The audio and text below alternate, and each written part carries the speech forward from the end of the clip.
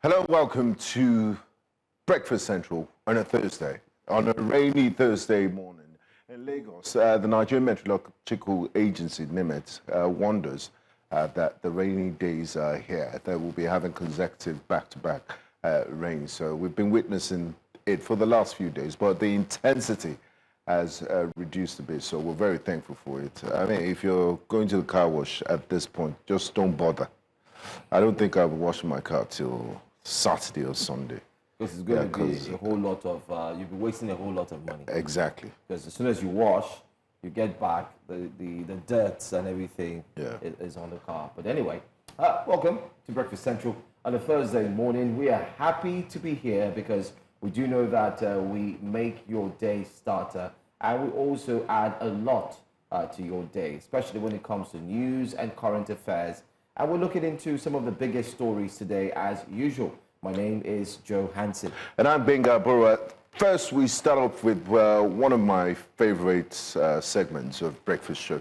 I don't know, it's because it's light. We stand when we discuss it, and it's the biggest stories from late last night. I remember there's a newspaper called PM News. The tagline is tomorrow's news today. So they're always the last to publish what would be headlines for the other dailies. So that's what we do on Wake Up Conversations. And we have a lot of gist for you, interesting Wake Up Conversations. But where do we start from? I mean, this story is like cat and mouse. You know, the IG of police and Mr. Omoyele Sowore, they're at loggerheads again. It's, you know, this back and forth. He was invited for a meeting at the force headquarters, the police headquarters, and he was detained afterwards. We don't know what's going on, but let's listen to his lawyer and then we'll come back for analysis.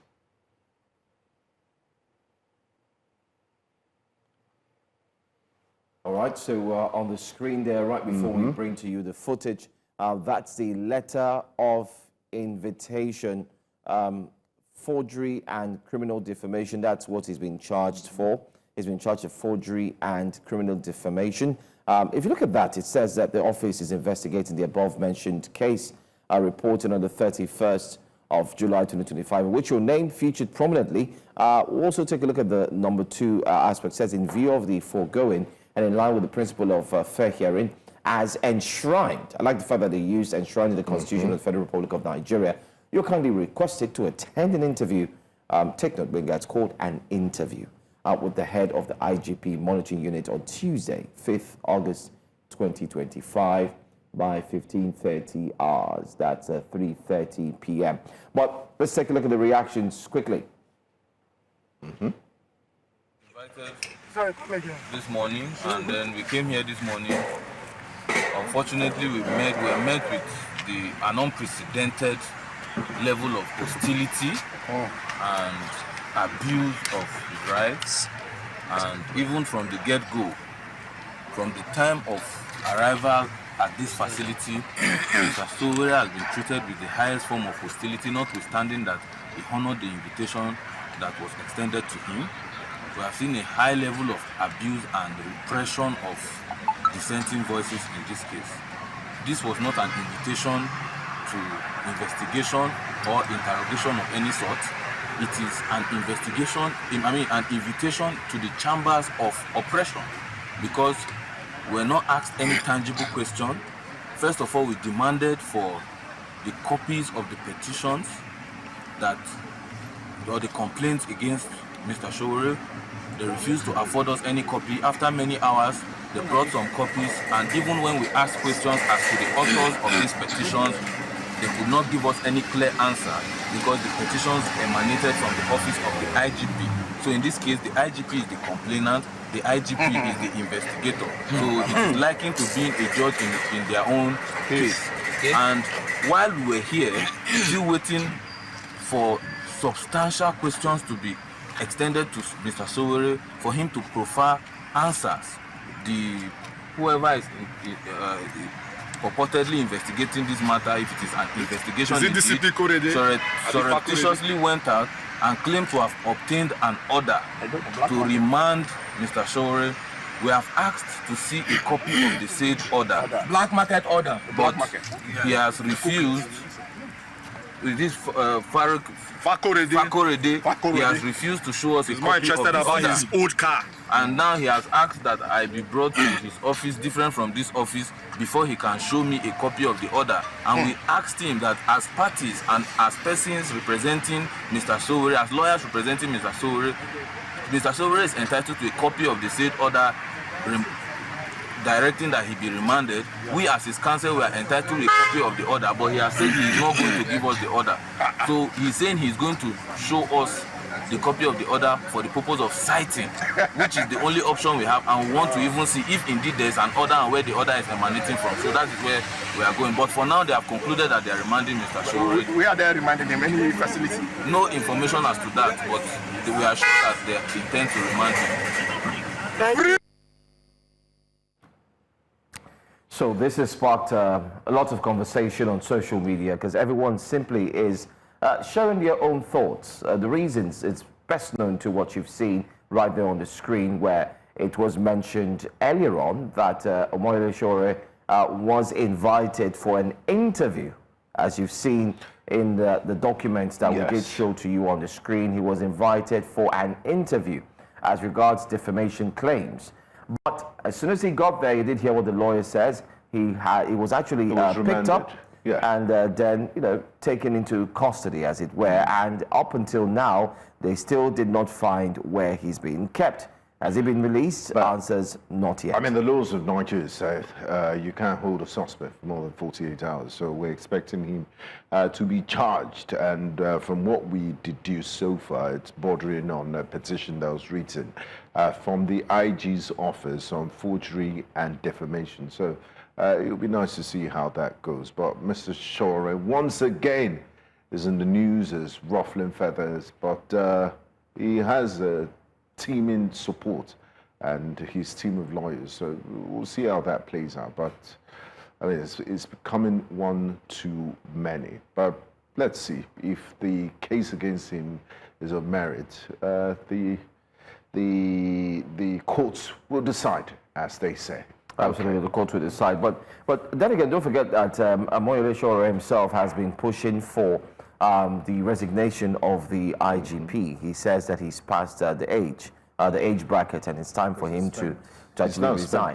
That he's not supposed to be there. Yeah. He ought to have resigned because he's past that age bracket. So he has gone ahead to say it in many spaces, even when he was here live, stating that he's not his own IGP, that he doesn't understand where he's from. The argument is that the National Assembly passed a law saying that your tenure begins, that IGP is entitled to a 4-year tenure once your appointment has been made. And I guess that's the legal basis at which the current IG is keeping his job. But let's see how things go. And in the same light, it was this same Mr. Sowore that was protesting for retired policemen a few weeks ago. Yeah, just a few weeks saying ago. Their pensions, nothing to write home about. He even proposed a 500,000 naira minimum wage, and they say police is your friend, but look at what his friends are doing to him. Police is your friend, maybe IG is not your friend. Well, that's it, because they said this is coming from the office of the IG, but we'll also wait to hear from the IG himself. Hopefully he would clarify things to make clear that it wasn't just an interview, it was a case of ensuring that they get more from Omoyele Sowore. However, aside that, just a few days ago, Omoyele Sowore also went online through his media platform, which is Sahara Reporters, to put out a story alleging that the IGP was about to promote certain individuals, therefore proving that he wasn't just going to promote not every single person, but it bordered on nepotism and choosing a select few who should get promotion. This was equally debunked by the IGP. In our news stories, in our news stories, it did come out while he was indeed honoring some of the policemen who had been promoted by rank. He also said clearly that he wants to make it known to the public that they should avoid talking anyhow, going on social media and saying things that are not certain. In other words, misinforming the public. Obviously, this was done 48 hours, and just yesterday, Sure. So we can connect the dots, right? The witch cried. Yeah, and then the child baby died. Yeah, the baby, Yeah, the baby so- died. So if you connect the dots, you get to see what's really happening there. But as journalists, we're just looking at We're it not from going to this preempt. aspect as Let's- well. But let's just we'll wait. see Let's the see official what will happen. position is. Yeah, but one of Omoyele Showore's followers who was there as well live equally took to the streets too. He was there, and they started a mild protest. Let's take a listen to what he said. Detained and charged for treason. Yes. Nigerians were shot and killed in cold blood. Yes. We have not forgotten all this about Egbetoku. The same Egbetoku today is feeling slighted because Showore has been exposing the rot and all the shenanigans within the Nigerian police force.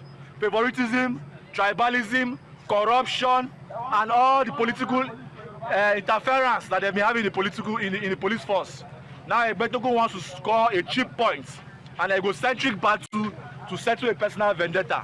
Showore is more than a human being. The person you have in there with you is Omoyele Showore, the man. Yes. The people you have out here are voices that speak what Showore is speaking. So Showore you are keeping there is just one amongst many of us. Yes. And while we are few here today, we should let Egbetoku and Tinubu, who kept him there, to know that this might just be the beginning of that revolution we have been calling for. Because Nigerians will take to the streets, Nigerians will mobilize. If you want to arrest us, expand your jail centers, because we are going to be arrested in our quantum. Yes. We will not give up. As you arrest us, more will take up the streets. There will be no peace for the wicked in this country. If Nigerian leaders and their oppressors, like Egbetoku and co, can keep us in this kind of, mess. People don't have food to eat. People are dying of insecurity. People are roaming around with hopelessness and depression. If they can subject us to such inhumanity in a country of so much abundance, then we will not allow them rest. When injustice becomes law, resistance becomes duty. If they say we don't go sleep, Well, that pretty much does it for Omoyele Showore and his arrests, if you put it that way.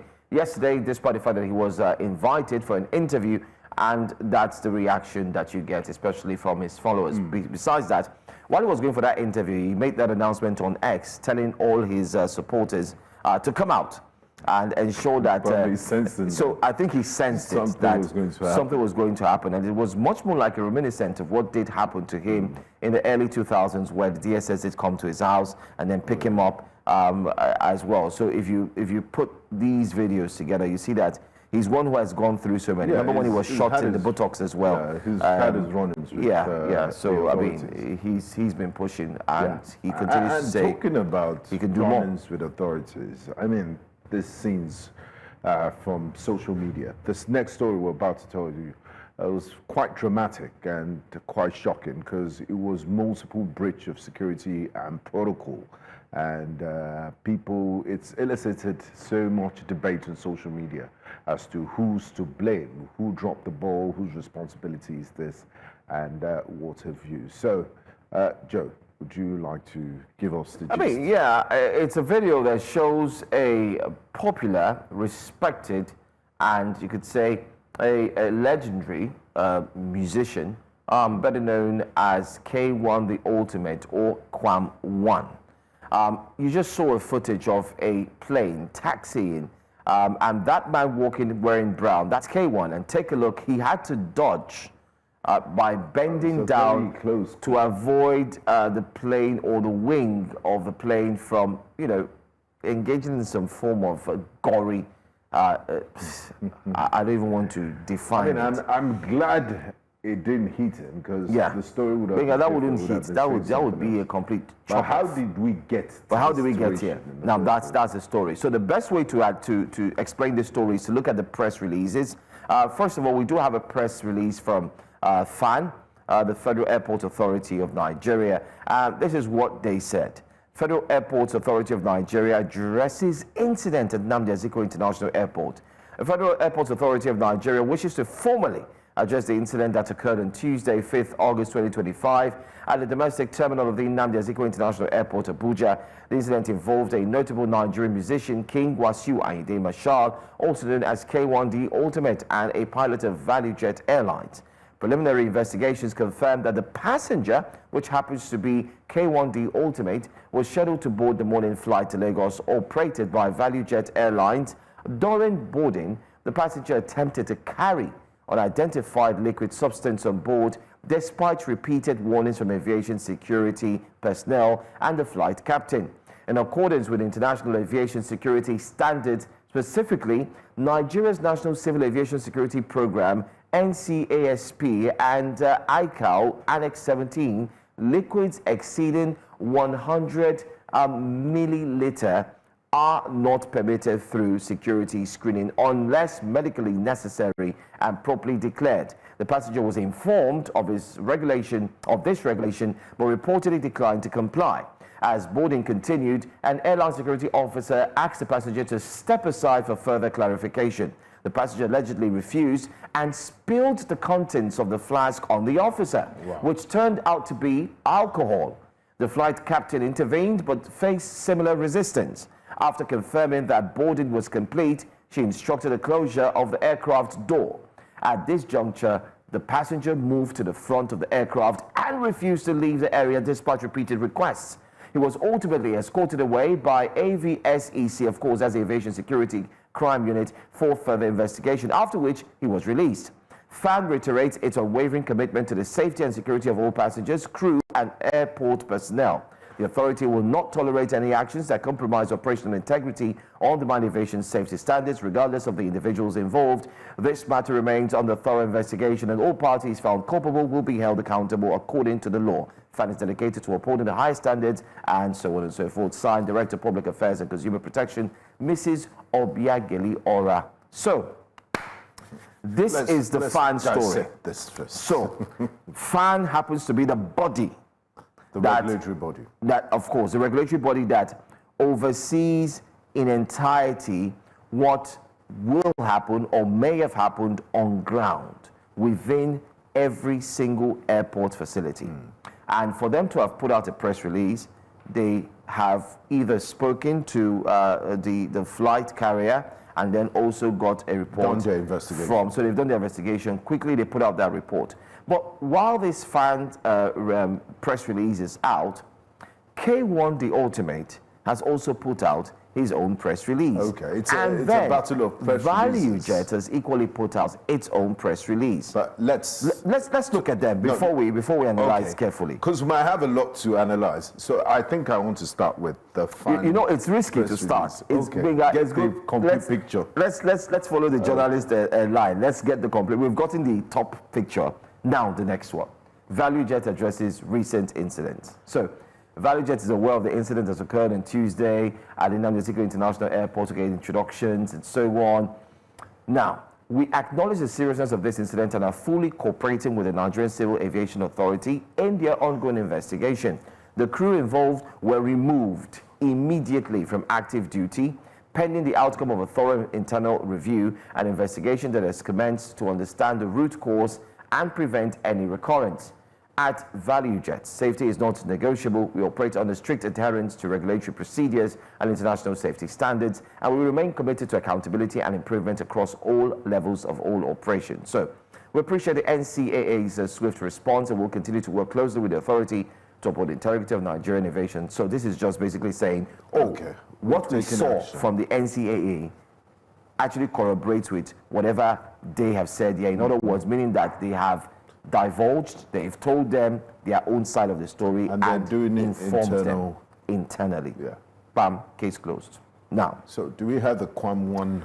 Quam 1's, I don't know if we have that for the screen, but I do have that on my phone. I did receive that as well this morning while we were actually looking at the entire story. So if, I'm going to look at it carefully. So please, just give me like 1 second. Yes, I found it. So receiving it this morning, let me quickly go through it. This is what it says. This is taken from Kunle Rashid, the media aide to K1 The Ultimate, and he says this. He says, that our attention has been drawn to reports alleging that King Wasiu Ayinde Marshal, K1 The Ultimate, displayed unruly conduct while attempting to board a value jet flight, causing a breach of aviation protocol. He says, we wish to categorically state that this narrative is not only exaggerated, but also misleading. At no point did K1 act in a manner that endangered lives or breached safety regulations. The substance in question, which was wrongly sensationalized, was nothing more than plain drinking water. Does drinking water smell like alcohol? I'm coming. Yeah. We gotta relax. Given to him at the airport lounge while he waited to board the aircraft. Despite his respectful efforts to clarify this, the situation was unnecessarily escalated. Claims that K1 blocked the aircraft or attempted to disrupt operations are completely unfounded. The veteran artist, who is globally respected and frequently travels both locally and internationally, understands and strictly adheres to aviation protocols.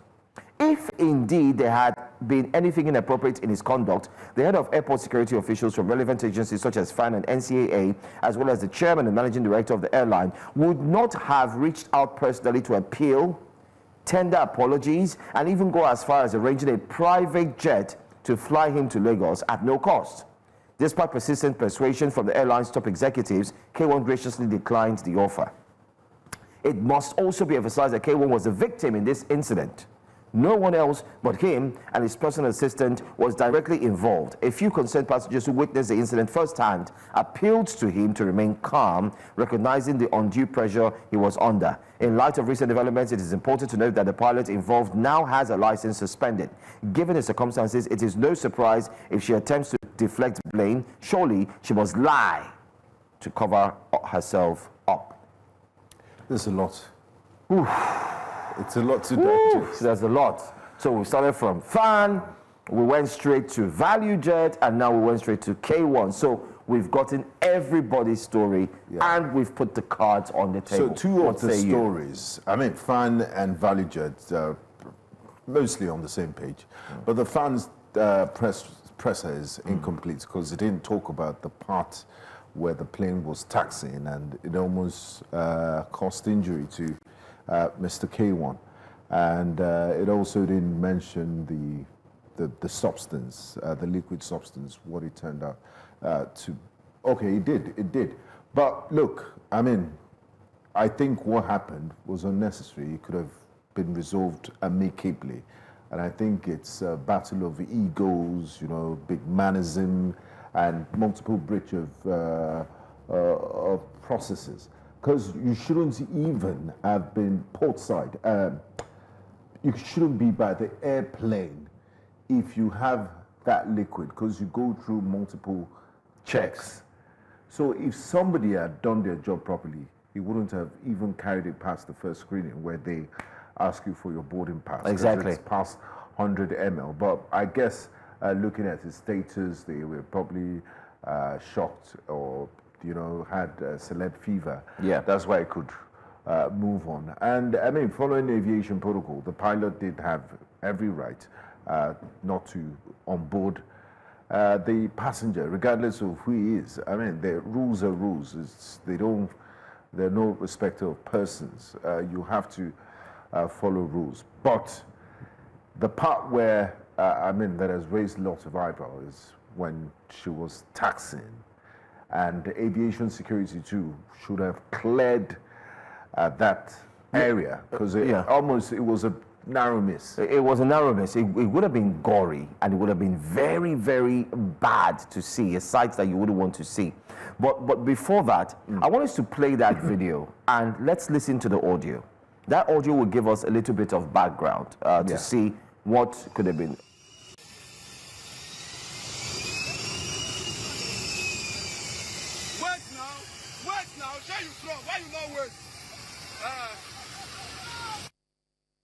Okay, so if you listen, the person said, "Wait now, wait now. Shey you is it? Why you know wait? Why you know? Shey you strong? Wait now." In the Nigerian context, before one will make that statement, it means that the person involved has shown some form of either restraint, some act of brutish, or you just want to Big prove that, manism. listen, I'm in charge. This is what I'm How going to dare do you? this. This plane is How not dare you? going Do you know who I anywhere. am? Well, how- and then, how do you know, kick me out? And so on and so So forth. that press release by the media aid. media aid is very You know, touching. and the I mean, media there- aid. there's so many Yes, dots and that his need media to be aid said connected. that in no way was he trying to stop the flight. But the question again, I would like to ask the media aid, what was he doing there? Exactly. If he was You're not in trying no to. way trying to stop And if they it. told you that you can't board, I mean, know? why are you Exactly. still? So what was he doing there? And then the part that Valley just said is spilled. The drink on the- and that's when they knew it was alcohol. He failed to address that part. Exactly. No, he said it wasn't alcohol, that they're Yeah, going to it's water. sensationalize the thing that it was water. So another question again is, how does water 100 ml? You know, Said and it was again, given to him in the lounge. okay, hold on. You're taking the water from the lounge. The airport, the plane also has water. Exactly. You So, can so leave it. if they and tell then you, they'll oh, give sorry, you water. can't take this in, Yes. but when you come in, what's Since that? it's water. Oh, it's water. Don't worry, we have water for you. Exactly. Oh, please come in, sir. We have water for you. So you see, there are so many loopholes in this story, and the loopholes is not in any way favoring the K1 team, or is not in any way looking like it's favoring them. And what is sad, I know if this were an ordinary Nigerian citizen, I mean, there are multiple breaches, but that person will probably sleep in detention yesterday for breaching airport security and for being a nuisance. That's but, it. But I guess And another thing I want to he say, uses star Gbenga, power. let me also bring a little knowledge. My knowledge may not be full when it comes to aviation and all that, but I do know, and I know that every Nigerian knows, including yourself, if you're well traveled, a plane does not taxi, does not move without having warmed its engine. Oh, yes. You take note, right? So the plane, And then the the pilot must have time- put it on. It takes a certain minutes. So the plane was possibly revving, getting ready. The engines were heating And then up, they were moving and the so bag on. to the cargo bay, Exactly. and passengers were Exactly. embarking. So on- during that time, even when it starts, take note before it even starts. Let's follow through the process. Once everyone has entered the plane, you sat down. What happens to the door? Shut. So the door must have been shut. The pilots, they told everybody, they lock, the cabin crew, and everybody walks around, and then the plane, starts. The engine is getting hot, it's revving. And the next thing is, they tell you the protocol, right? Yeah, Everybody, fasten ensure you seatbelts, fasten your prepare for seatbelt. takeoff. So all those things were going on. Where was K1? Was he The down ground there? aviation He was security, down there. why didn't they move him away from? With what we see in the from the video, with side what of we the heard, that's why I said we could take the airplane. voice note of the guy who said, Shebi you. So maybe they tried, but I mean, was it's still not. there. It's not a matter of they tried. They should have removed him. So the person that was at the check-in counter, checking the Exactly. boarding pass, failed at not Given celebrity status. failed Instead at of not following security seizing that protocol. liquid content. The second part was aviation security shouldn't have allowed this matter to escalate I agree to with you. the level I agree where with you. the plane would almost Yeah. hit him. So, and then the pilot, I mean, she shouldn't have done that. Benga, in as much as we need to move, I also want to say this. I want to play devil's advocate here. I mean, everybody has the right to their opinion. But I want to say this. Could it be that the pilot didn't see what was going on? Remember, it's on the right wing. It could be that she didn't see what was going on down there. Because in her mind, while the engine, they've taken him out Oh, of the yes. plane. You And don't while the expect engine was going on, you people don't to expect be people to be lurking there. around. You expect that everybody there has left. Yeah. So she's just doing what she has You're to do. right. Get it I mean, ready, this is- and it's after a some very time, logical- She moves on. It's a very logical point. Because, I mean, look at her. She's preparing. She's getting ready. He's walking away. I mean, there's no the planes don't have side mirrors, so how are you supposed to? That's another thing. So I expect a thorough investigation to be done in this, where every single angles of this entire story And every will be breach looked should be- into should be addressed. carefully. And then, if possible, if anyone is found culpable, I think it's also good to put them out there and let's talk about it. But then again, let's announce very quickly that if you're boarding a flight and the pilot tells you no, bear in mind, just like we do in broadcasting, for those who don't understand, in broadcasting, we in the studio have the power or the producers, remember that they say, you have the power to even tell the boss to say, please leave the studio. Yes, that's the rule, because right there, you're the pilot and you need to focus to do your job. Exactly. So if the pilot says, oh no, take that passenger out. We've seen that done in America. Many people say, oh, that passenger can't be in the plane, take him out. The security aides come in. It doesn't matter who you are. They will bundle you, take you out. You can solve your issues later. If that's what really happened, we'll find out in the course of every conversation. Yeah, celebrities and famous people should act better. I mean, there are rules. Anyway, we got to go now. Let's bring to you our top stories today. We've left what we say the best and the sad one for last, which is the story concerning Ghana. But take a look at our top stories for today here on Breakfast Central. Today on the show, River State local government poll controversy. We'll look at this incisively. Is the sole administrator right to carry out the elections? Whistleblower alleges victimization. We missed this story yesterday, but of course we do have him. He'll be joining us live. And the sad story, here it is. Painful Ghana Air mishap, the death of the ministers and the likes. Abia State National Library shut down is a story we want to look into as well. And we'll bring to you the front pages of the newspapers. This is Breakfast Central on News Central. Stay with us.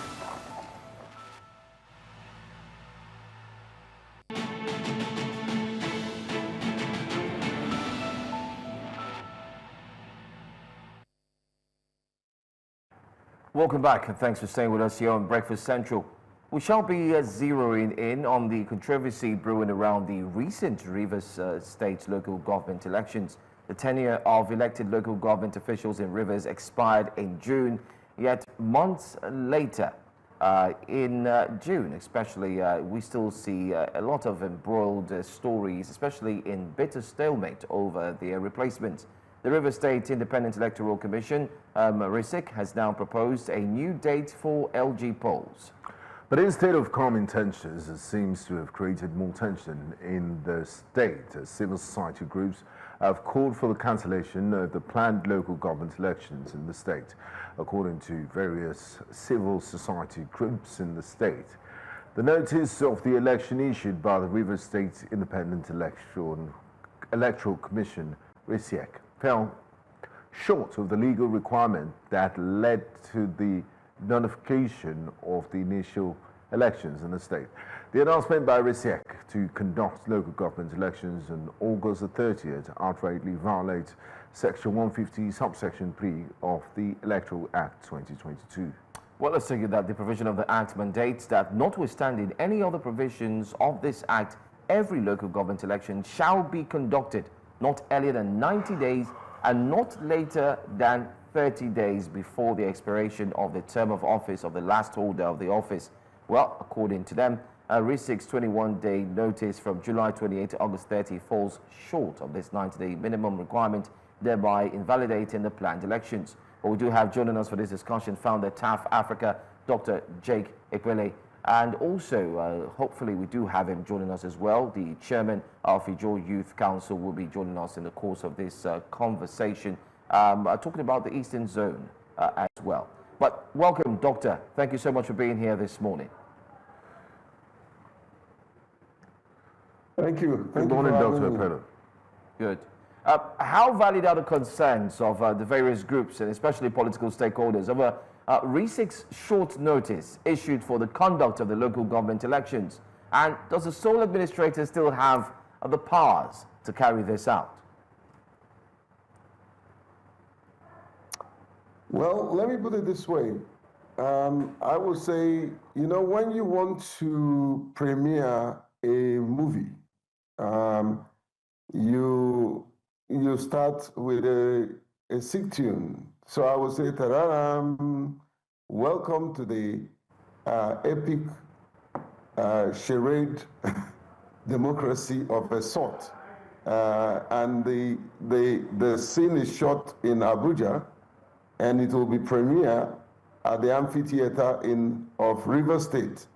That's how laughable the democracy, the sort of structured democracy that is playing out in River State.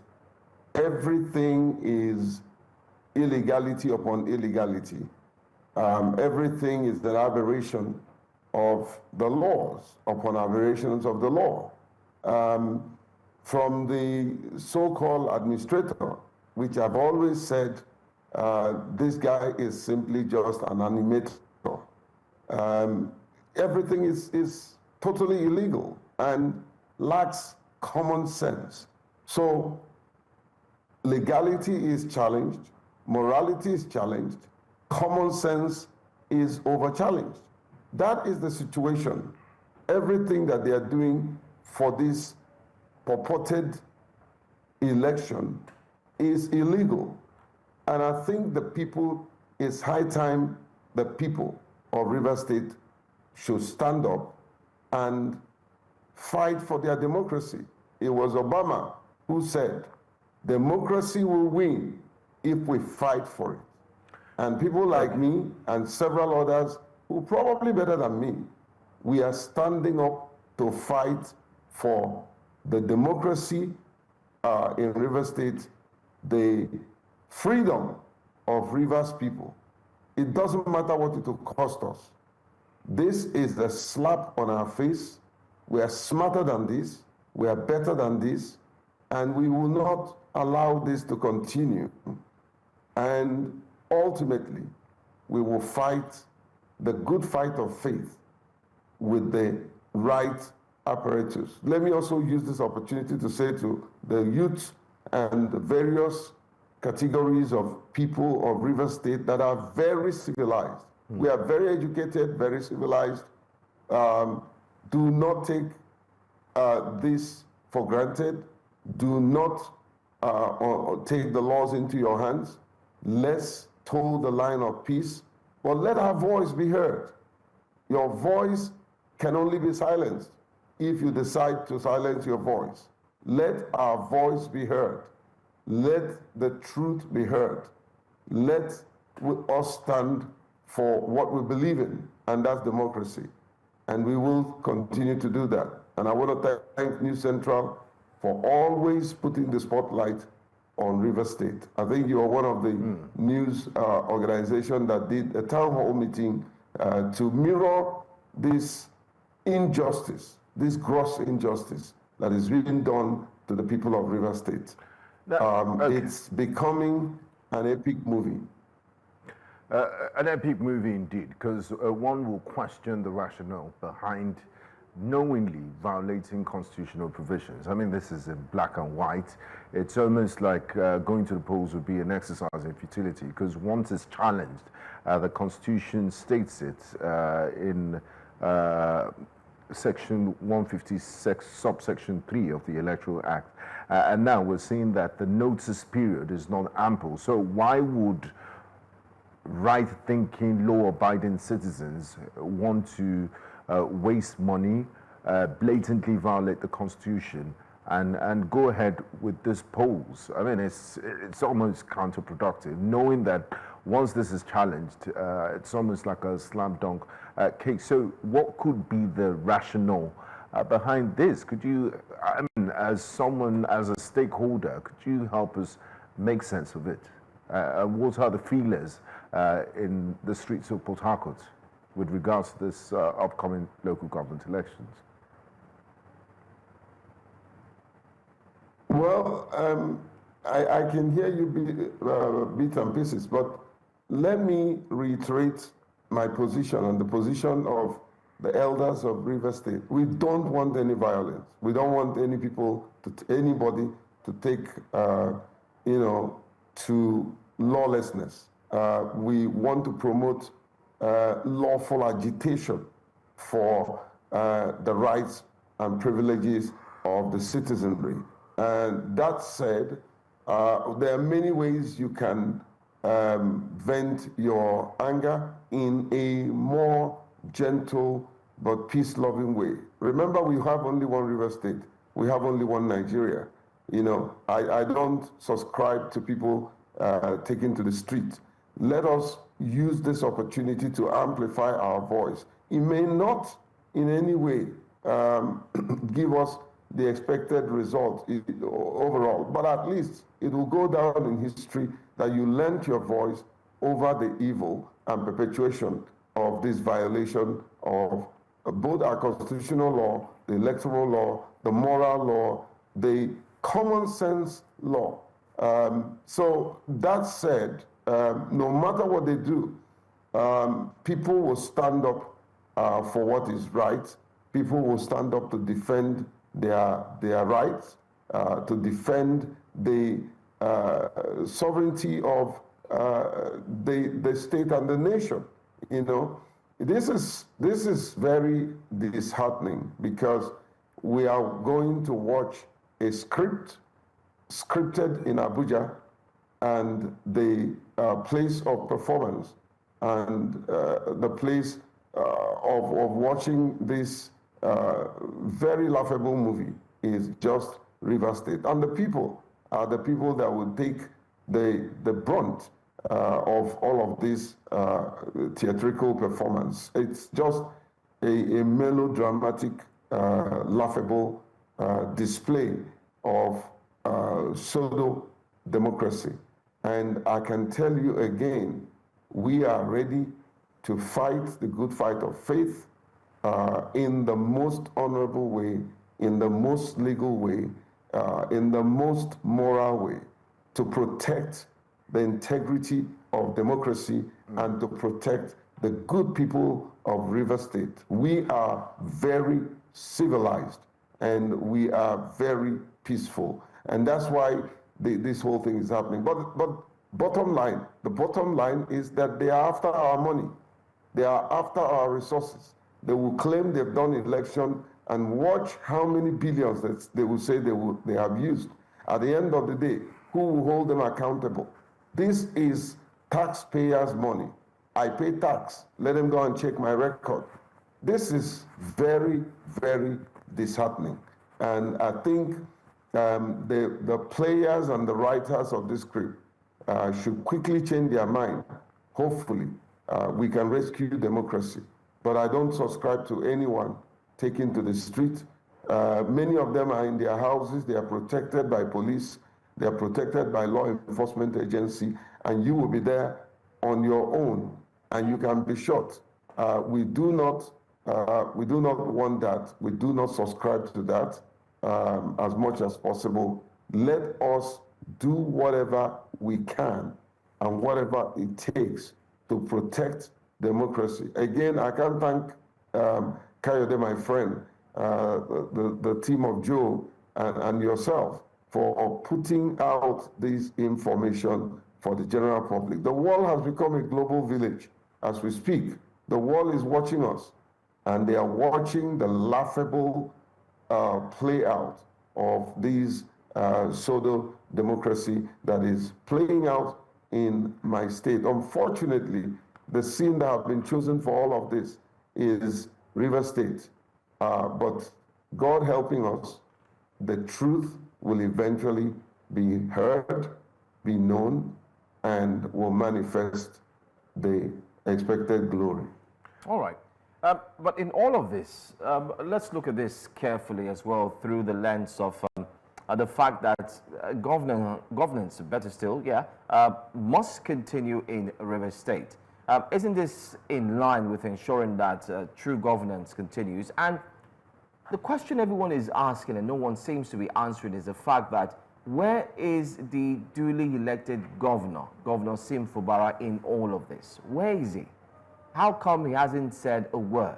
Or is it a case of him just giving up entirely and saying, listen, even though I was duly elected as a governor, I am no longer a governor? Is he... And I don't want to rock the boat. Yeah. Is he throwing in the towel so that, I mean, people of River State can actually know that, okay, fine, we do not have a governor, therefore, excuse me, let's just follow through with the sole administrator.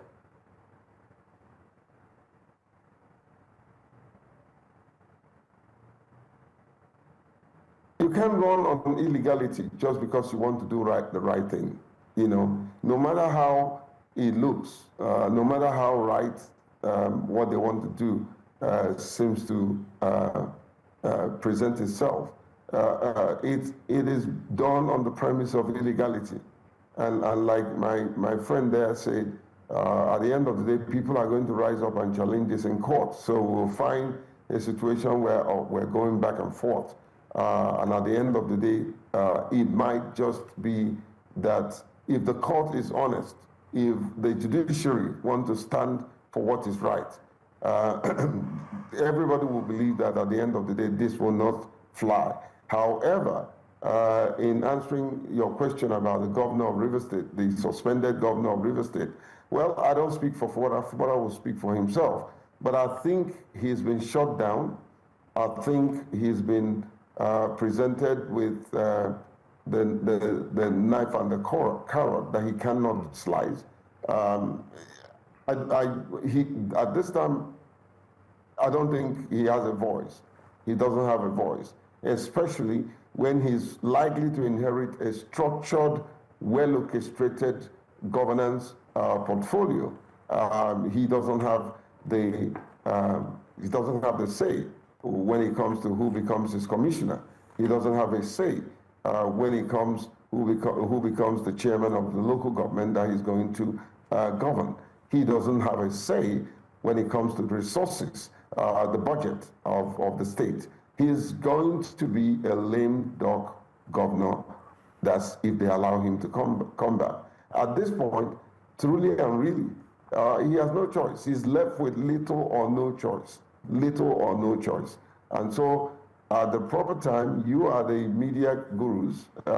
Go see if he will give you an interview. But I stand to speak for the people, Joe, who don't have the voice that I have. I stand to defend the rights of the people who don't have the rights that I have. I do have a right as a citizen of this country, and I'm fast becoming a senior citizen to defend democracy. I'm a human rights defender for two countries, and I'll continue to do what I believe the Lord has called me to do, in spite of how difficult it is. And I do have many very good friends, highly, very good people that I can say means well for this country. And some of them are in governance, and I hope they were hearing me, and I hope that they would advise Mr. President to please do whatever is needful. It's something that is troubling that this president, who have every right to defend democracy, who I believe means well for this country, will fold his hand and watch this play out. This is not a good legacy, Mr. President. This is not a good legacy. This is not what you have fought for. This is not what we expect you to defend. You know, you can't fold your hands and watch this illegality, the breaking of rule of law, the stiffening of the people, you know. And the same thing you said, Mr. President, you did say, let the people breathe. And I'll say to you this morning, let Rivers people breathe. Now, Mr. Epele, it seems, like you said, this is blatant breaking of the law, because the Constitution clearly spells it out. You've also compared the events in Rivers State to theater. You say it's a theater of the absurd is melodramatic. That brings me to my question. Some have accused the Rivers State Independent Electoral Commission of being everything but not independent. They've accused LASIEC of bias and acting on behalf of political interests rather than in line with the law. What's your assessment of the Commission's neutrality in this upcoming electoral process?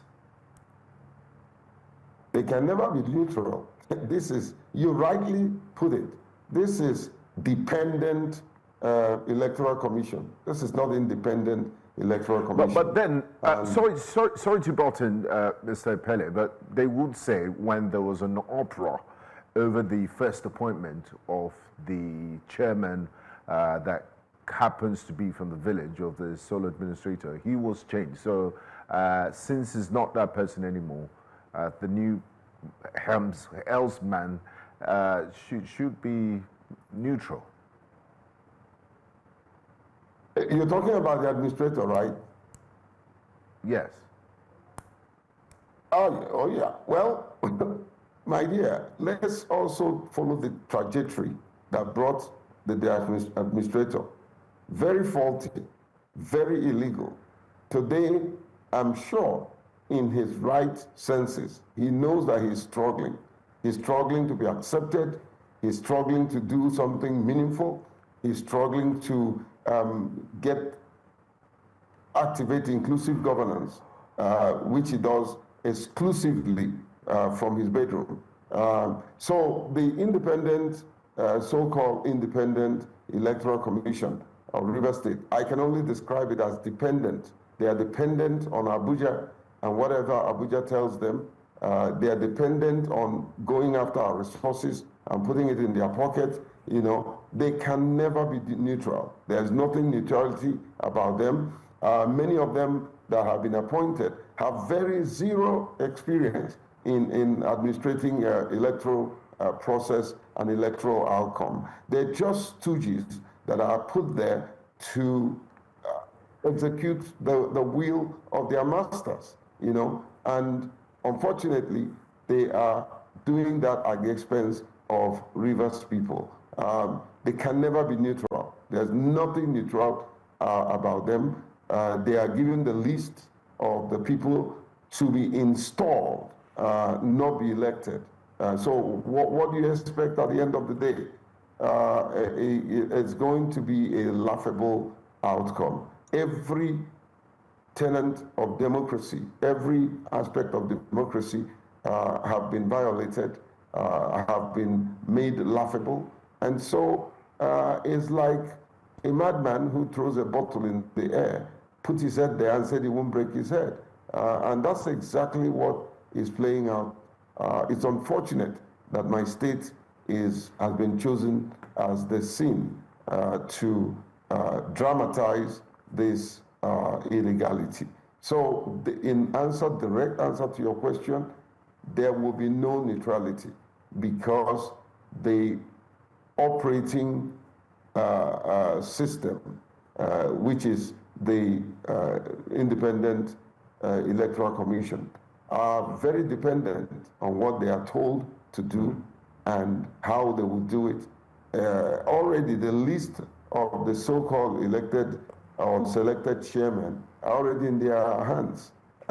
There's nothing anybody's doing.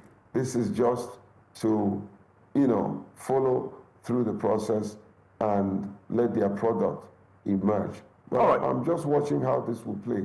There's to an extent you can go when you're dealing with God and how God operates.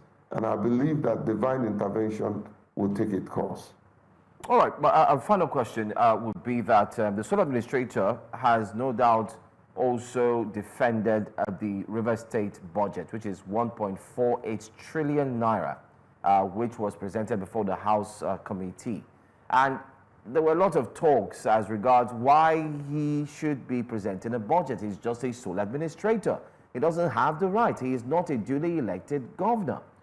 In all of this, the budget seems to have been, of course, approved, and the sole administrator is looking like he's already started work. He's talked about ensuring that things are established properly, the state is moving economically. Can you shed more light if truly Rivers State is moving forward economically? And with that budget, what are the Rivers people saying? Or is it a case of, oh yes, he's acting like a governor, so he's a governor, he has a right to approve budgets? No, he's just playing out the script he was given. He is scripted. He's assuming that office is scripted. He's just told what to do. But back to the budget. This was a budget that did not meet every budgetary process and standard. It didn't meet it, you know. This is a budget that is over bloated because it fell short of the budget that the elected governor had or had presented, you know. So execution of this budget, which also can be termed illegal budget by an illegal operator and what you guys call administrator, and I call him an annuator, you know. I believe that one day, Joe, somebody will stand up, because these so-called administrators don't have immunity. He can be sued. And then he can also be sued when he leaves office. And so we are watching things play out. Let him come out, because this is River State taxpayers' money. This is River State allocation that they are allocating to themselves. And so, Mr. Bass, if you're listening to me this morning, one day you will give account of how you spend Rivers people hard-earned resources. And right now you're operating a budget that is illegal, yourself illegal, the processes you've activated to midwife this budget, absolutely, totally illegal. And this is not the kind of thing we want to see in a democracy that should be adjudged one of the best in Africa, you know. And we have a leader in this country who fought for democracy. The track record of Mr. President, especially his what he did with NEDECO, is there for everybody to see.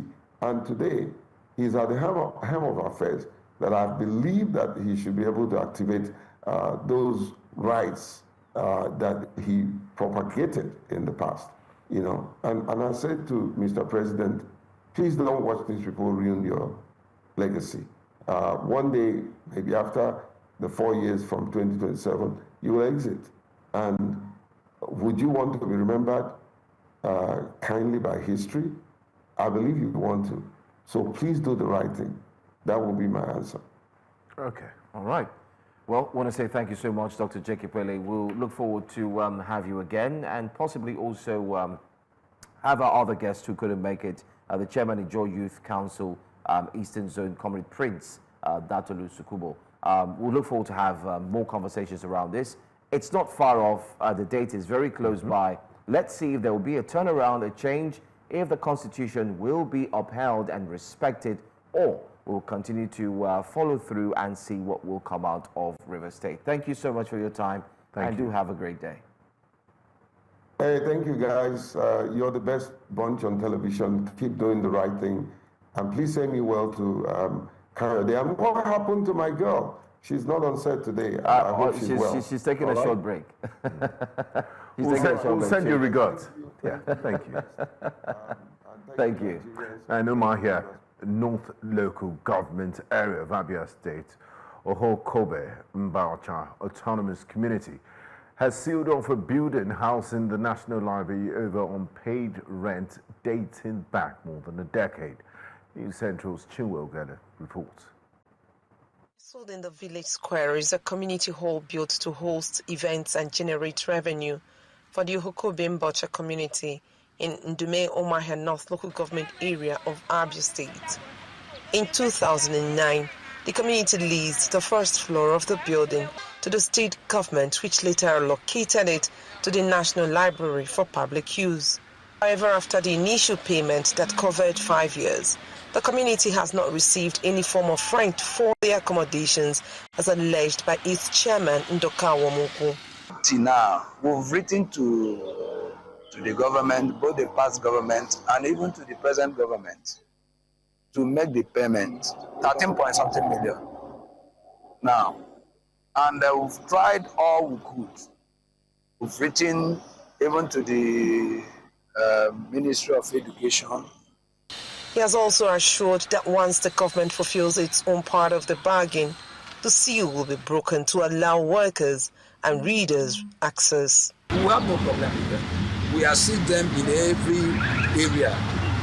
Anywhere, any area they needed assistance, we put them in. There's both security and every other thing. So the problem is the rent. However, Lawrence O'Henry, a member of the community, says the reason government is owing the rent is due to the rancor within the community leadership. We've got to open that place because it doesn't have any right to do that. If government is owing us, we know the appropriate way to address the government and for them to pay us. The reason why governments have not paid is that there are petitions and the counter petitions right from the previous administration. According to the head of branch and deputy director of the National Library in Abia State, Enang Efole, the state government must resolve the issue urgently to restore operations as activities have been completely paralyzed. We don't want it to get to that state. I'm only appealing to the state government to possibly look at, see how they can talk with the community, agree with the community, and settle this matter. The National Library has 34 branches presently.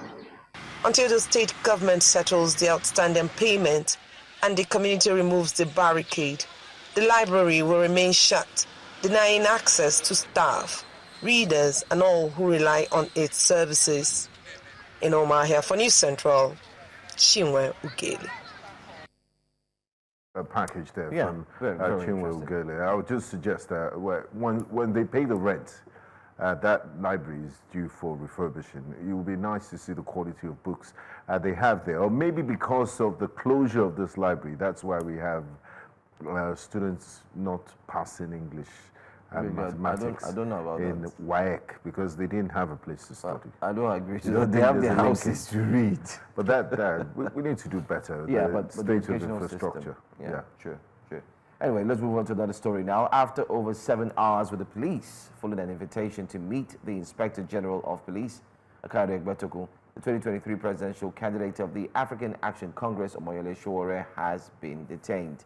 The police says that it obtained a court order to detain him following a letter received on the 31st of July wherein Sowore's name was mentioned in a case bordering on the allegations of forgery and criminal conduct which led to a summons. However, counsel to Sowore spoke to newsmen saying that no such order exists as the police have refused to present a copy to Sowore or any member of his legal team. This escalated the situation at the force headquarters in Abuja as supporters of Sowore who had followed him to answer to the summons are demanding his immediate release. It was not an invitation to investigation or interrogation of any sort. It is an investigation, an invitation to the chambers of oppression because we're not asked any tangible question. First of all, we demanded for the copies of the petitions or the complaints against Mr. Sowore.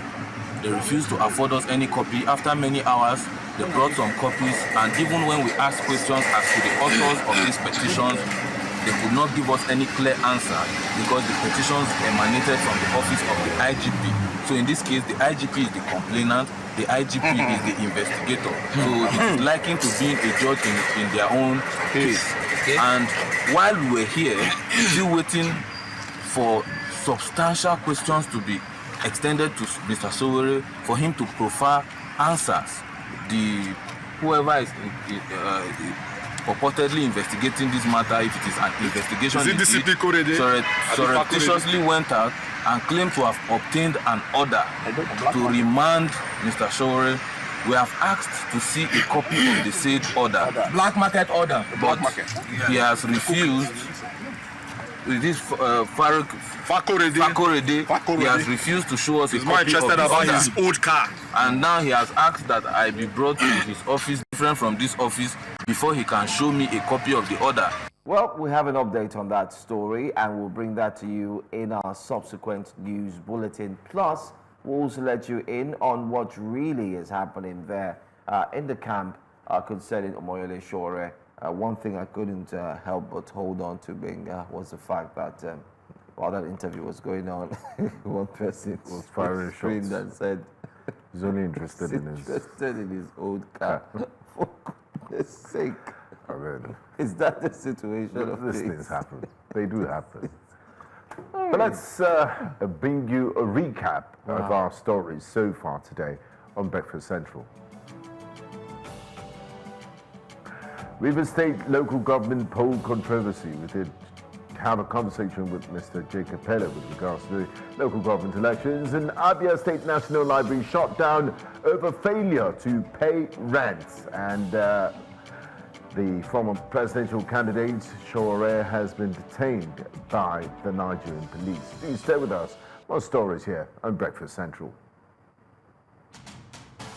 Now, coming up this morning on Breakfast Central, whistleblower alleges victimization. We have some sad news from Ghana as the Defense and Environment Minister perished in an aircraft. And Ovri Olomu headsman protest will bring you details on that.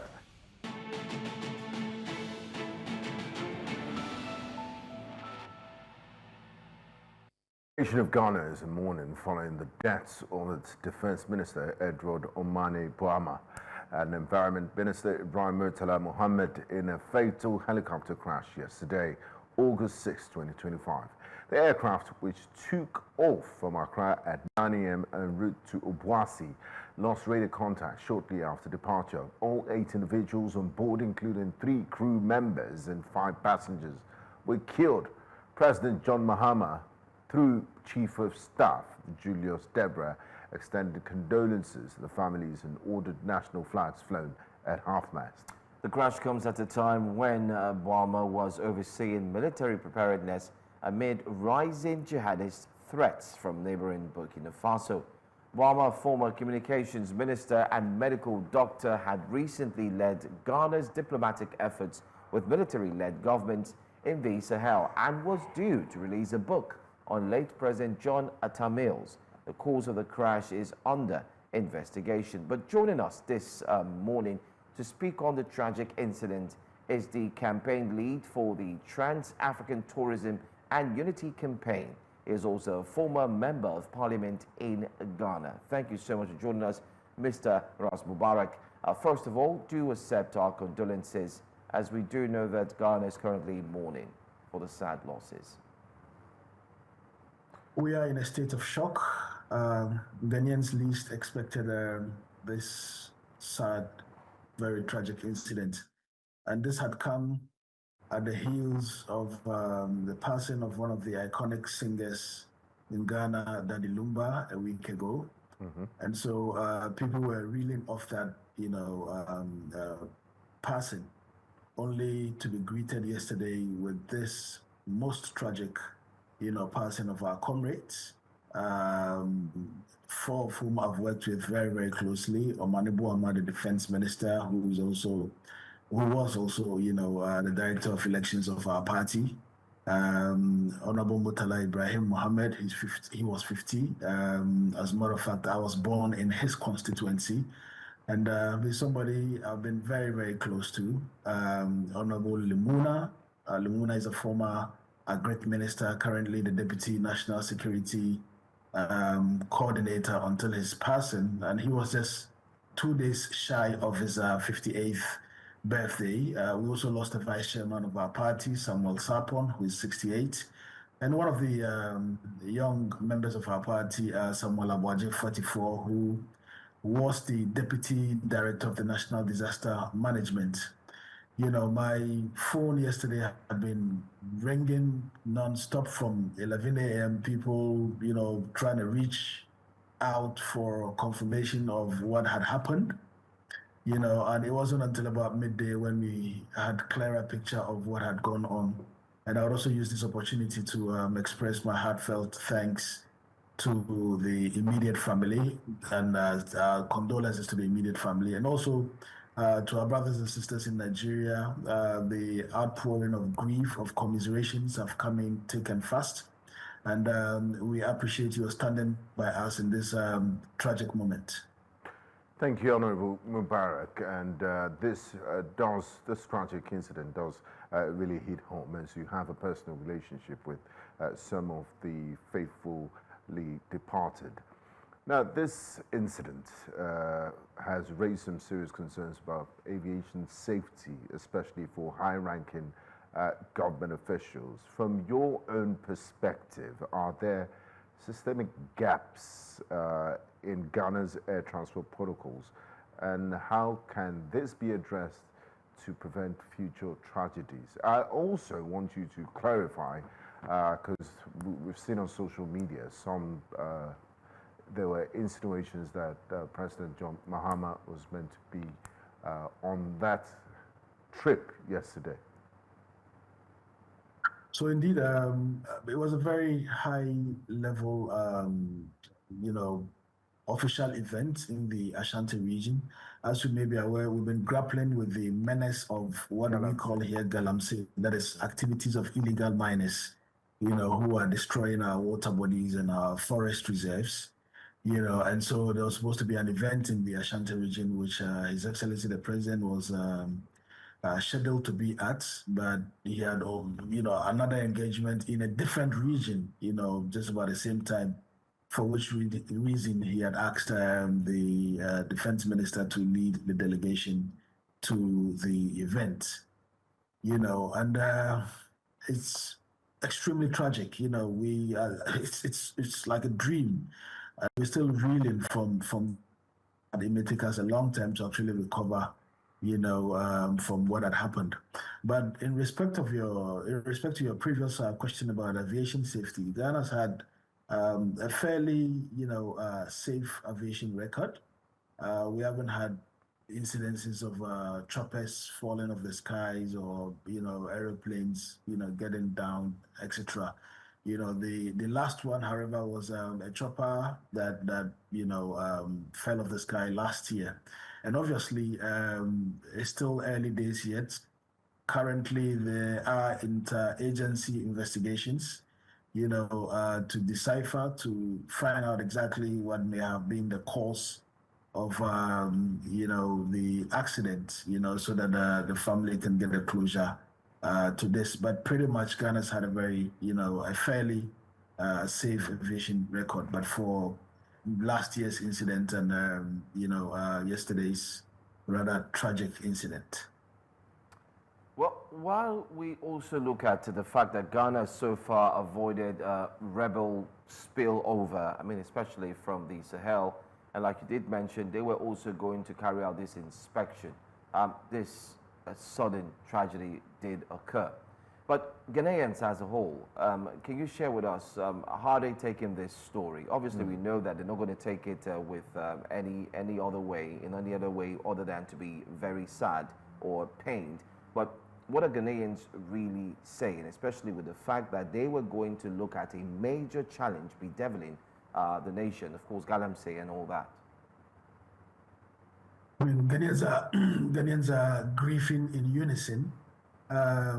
You've heard statements from former President Kufuor, former President Akufo-Addo, former Vice President, Baumia, who belong to the other side of the political divide. And you've heard statements from, members of their party who are all grief-stricken, by this most unfortunate incident. So there's unison in what had happened. I've even heard opposition elements say that they should not contest the Honorable Mutale's seat as a mark of respect. Ordinary Ghanaians are mourning, and it's just too much to bear, too painful to bear.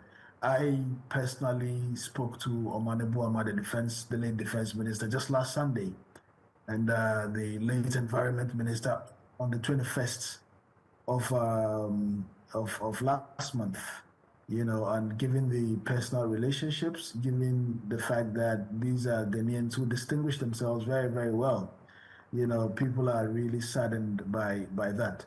But there's also a conversation that is beginning to emerge about what we really need to do to, persons whose activities are destroying our water bodies and our forests.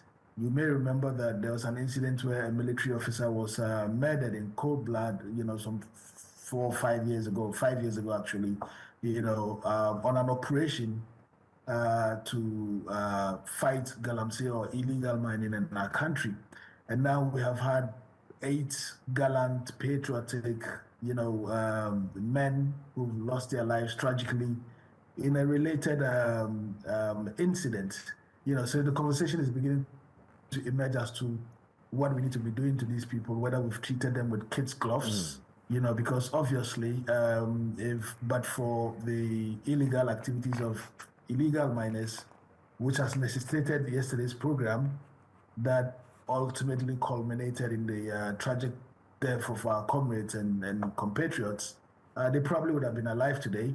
I'm a Muslim. I do believe that everything happens by the will of Allah.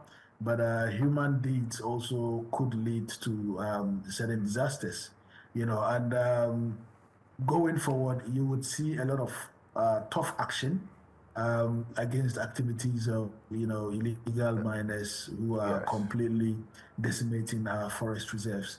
Others have even made the point.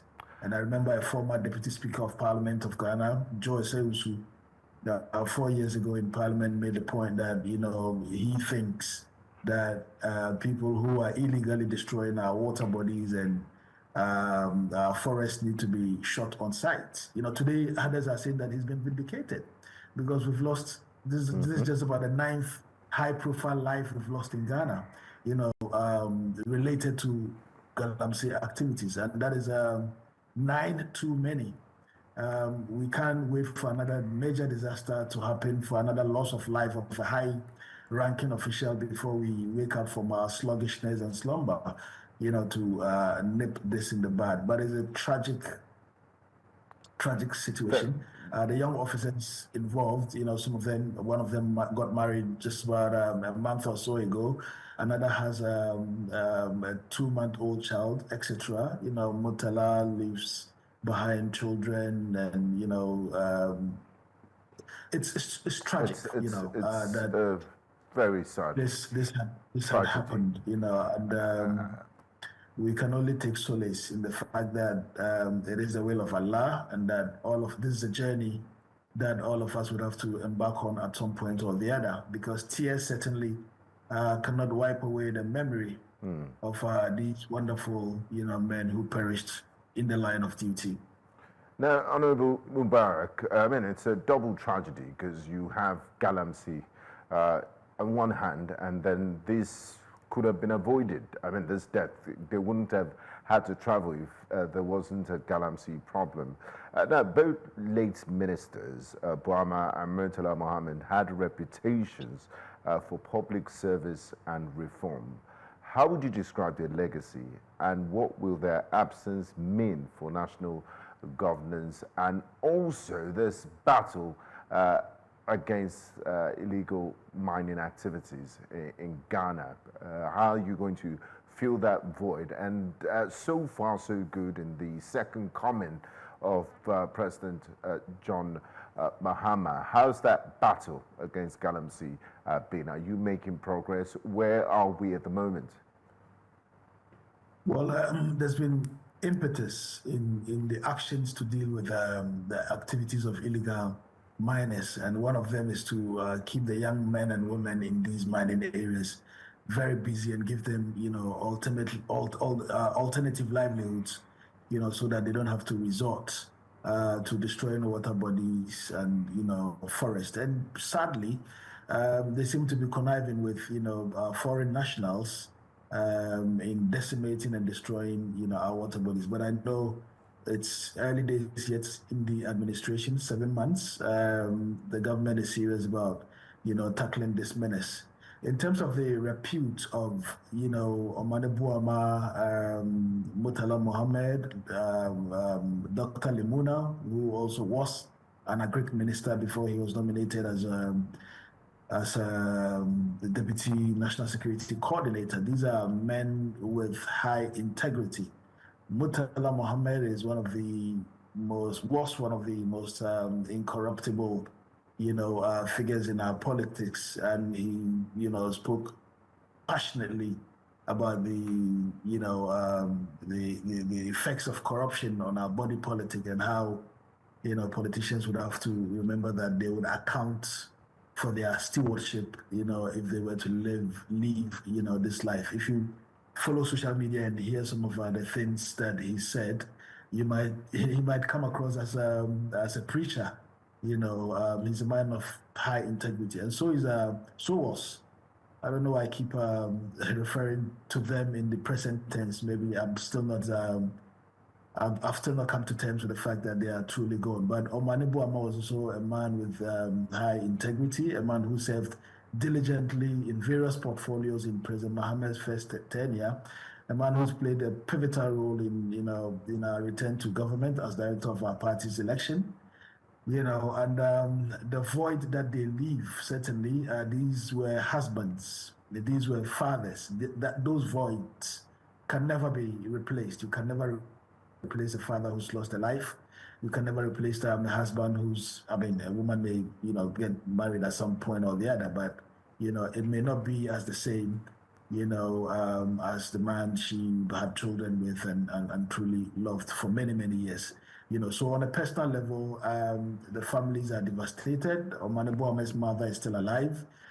And on a national level, obviously, this is one of the cut and what you call it, the cut and bruises of politics. At some point or another, the president would have to take the painful decision of replacing these ministers and officials, and there's going to be a by-election also in Murtala Mohammed's constituency, sadly.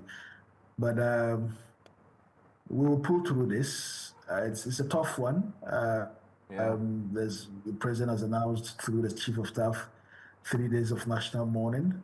There's definitely going to be, you know, state burial, state funeral for, you know, all of these 8 people who sadly, you know, perish in this tragic incident. People are trying to contain, you know, the pain, the grief, you know, the anguish that they are feeling, and it's like a dream. I struggled to sleep last night, you know, because conversations with Murtala and particularly Omane kept ringing in my head. We were supposed to have an event on Monday. Okay.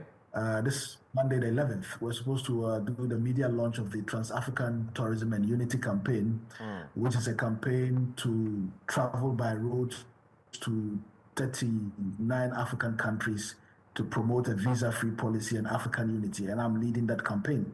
So Murtala was supposed to be at the event. Murtala is was one of the finest Pan-Africanists from our country that I know, and he was supposed to be at the event on Monday. Omane Boamas had indicated earlier, I had spoken to him just last Sunday, and he had indicated to me that he was going to be available, you know, for that event, and he was fully in support of it. So we're all in preparations, you know, putting finishing touches to the launch of our campaign, which would have been Monday, and then starting the journey on the 18th of this month. It's so many plans, and it's very sad that they had to go in such circumstances. I mean, once again, hearts go out to you and the entire country of Ghana for the loss of this brave man. We would like to say a big thank you to you for taking time out to speak to us, knowing the circumstances and how fresh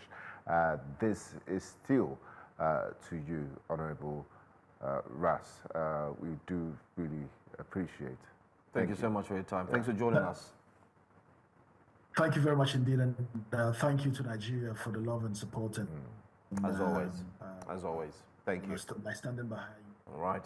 Very sad situation in Ghana there, but you can trust us here on News Central. We'll continue to follow through and do as much as we can to ensure that we speak with the people that matter most. But right now, let's go on a quick break. When we come back, we're taking a look at another very interesting story here on Breakfast Central. Stay with us.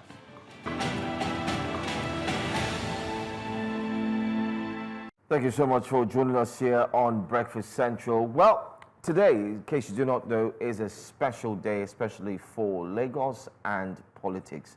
Well, that's because before the local government elections, News Central did meet with all the political parties in what we usually do, our style of ensuring that we fill the polls of every single member of society. And then it was a turn for the political parties to come and bear their minds, especially on what politics looks like in Lagos. And that was the first of its series. Today, it's the second. It's the post-LGA elections, and the political parties, and not forgetting to its members, are talking tough, especially with the experiences that did come from the just concluded local government elections. In case you do not know what we're talking about, well, don't worry. We've highlighted a little. We do have our man on ground who will be hosting the event today, alongside another beautiful lady that you know so well, Felicity Ezenwike. But let's bring on air Dakpo Adeboye, who joins us Host of quickly. Politics HQ. Exactly, the host of Politics HQ here on News Central. Good morning to you, Dakpo. Can you shed more light on where you are, what's going on, just for the benefit of the audience as well? Today. Good morning, Joe. Good morning, Benga. Great. It's, of course, the D-Day, the town hall, the special one that has to do for Lagos State, the fallout of the Lagos State chairmanship, local government chairmanship post that just happened. It happened on July 12th, 2025. But there are challenges. We've seen political parties come out to sort of talk about how the process went. Just a bit of a background, well, I call it information right now. It's public knowledge. LASIEC declared the 57 chairmanship winners to a particular party, the APC. And out of the 376 councillorship position, the APC won 375. So the opposition party obviously aggrieved. Quite a number of them are saying the process wasn't free and fair. It was marred by irregularities, and that's the essence of what is happening here today. To listen to all the parties involved, the stakeholders, from the candidates to the political parties to the umpire itself, and also to, of course, the security agents. So it's what I would call, potpourri of first-hand information today. All right. Okay. So who are we expected to be there today? We are expecting candidates, from across parties. We're also expecting members of the political party, the chairman of some of these political parties. We're also expecting representatives from LASIEC and, of course, representatives from the security. Like I said, it's going to be information all through. A platform where these individuals would speak as regards their experience and, if at all, the reservations that they have during the process. So it's one I personally am looking forward to, and I'm sure that those at home, those watching, would want to look forward to first-hand information. Absolutely. I mean, you're someone I really celebrate, and I'm looking forward to you and Felicity moderating. And I'm sure you've got lots of questions for these officials. Thank you so much, Dakpo, for bringing us up to speed with this information. And we wish you happy deliberations. We will be watching. Thank you. All right. Thank you for having me, too. All right.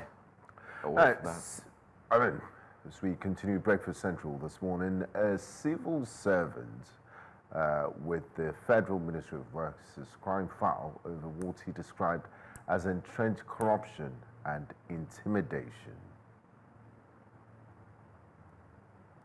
Okay, we'll bring you that. Yes. Let's launch this package for you, and then we'll be back for discussions. In 2019, Martins Atijegbe with the Federal Ministry of Works noticed a troubling trend. New recruits showing up with suspicious appointment letters. I discovered that we were documenting newly recruited staff that came in for documentation with fake letters of appointment.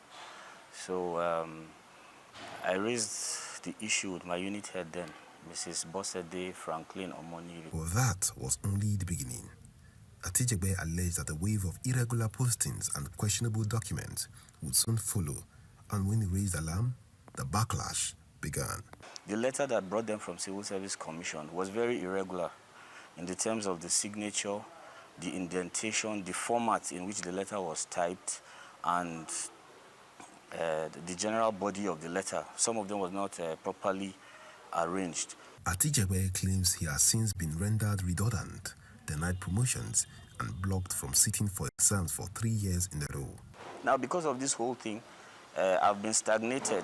Now, I'm supposed to be a principal executive officer. I'm still a senior executive officer. They've denied me the privilege of sitting for my promotion exam twice in a row consecutively. This is now the third year. Efforts to get officials of the ministry to speak on camera have so far been unsuccessful. However, the Special Assistant on Media to the Minister of Works, Uchenna Orji, who spoke to us over the phone, described the allegations as ridiculous by all indications. Martins Atijegbe took the matter to the House Committee on Public Petitions, prompting lawmakers to summon officials from the Ministry of Works, and the following transpired. Because it's a notorious issue, when we were served with a summon, we prepared something that we take as a response. If it is notorious, non-fact to you, it is not known to us. Be guided. An issue concerning discipline of senior officers that involves or when a recommendation for dismissal has been made, such recommendation has to be authenticated. The Federal Civil Service Commission has the right, they reserve the right to say what you people have done as a ministry is not proper. His case has also drawn the attention of human rights advocates who say whistleblowers must be protected to ensure corruption is not rewarded. You know, it is the duty of government to protect those who whistleblow in order for the fight against corruption not to be lost. Because, you know, corruption always fights back. And when corruption fights back, the first victims of corruption fighting back are the whistleblowers. Adeyanju says that Nigeria needs stronger laws to prevent reprisal attacks on whistleblowers. As lawmakers deliberate on his matter, Martins Atijegbe says he just wants justice and the system to work for those who stand for what is right. In Abuja, for News Central, I am Joshua Imarai. Well, joining us for the discussion, we do have the Senior Executive Officer in the Department of Human Resources at the Federal Ministry of Works, the man himself who has been pushing the narrative and therefore says as a whistleblower, he is actually faced with a lot of victimization. We do have Martins Ogenero Richard Atijegbe. Welcome. We did say in that report, of course, covered by our very own reporter there, it seems like you decided to take the bull by the horn to ensure that things are done right.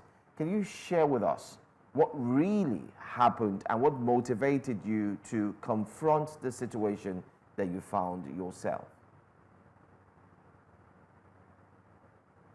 Joe, like you heard in the interview, in 2019, I discovered that a lot of the newly recruits coming from the Federal Civil Service Commission, they were coming with fake letters of appointment, and they were coming in collusion with some of my senior subordinates, my unit head, my then director who was about to retire, which at that time I didn't know was at the center of the whole thing. So when they come with such fake letters of appointment, they are quickly documented and put on payroll. You know, they collect as much as 2.5 million naira for each person, as was confided in me by one of such people that had such letters of appointment, which was confirmed to be fake and was documented within a month of, he was captured on IP's platform within a month of documentation, which was an anomaly without the approval of the permanent secretary, which is normally the due process. So when I raised up these issues, that was the beginning of my challenge. My colleagues, even in the same office, you know, when you come in, they stop talking to you, they stop greeting you. So at one point in time, because they had to fight back to make sure that I leave that place, as at that time we had documented 302 of such people that had such fake letters of appointment. So they started spreading malicious rumors against me that I was corrupt and I was sexually harassing my female colleagues and core members serving in the ministry. I was abusing the privileges of my office to extort money just for a way for them to move me out of that unit. And God being so kind, I followed due process, though it was a verbal reportage. But when I reported to the director, she took action and documentation was stopped. So a lot of those people were not really happy. They were not happy about lots of problems between them and the people they had collected money from. So I wrote a petition through my lawyer to the Honorable Minister, Babatunde Raji Fashola, then, who set up a committee to look into the matter. And when I was invited, it was obvious that they were not going to do the right thing. And I told them, because then Mrs. Morayo Alimi, my Director of Human Resources, who I reported to before she retired and did nothing, she came back as the SSA, Admin and Strategic Coordination.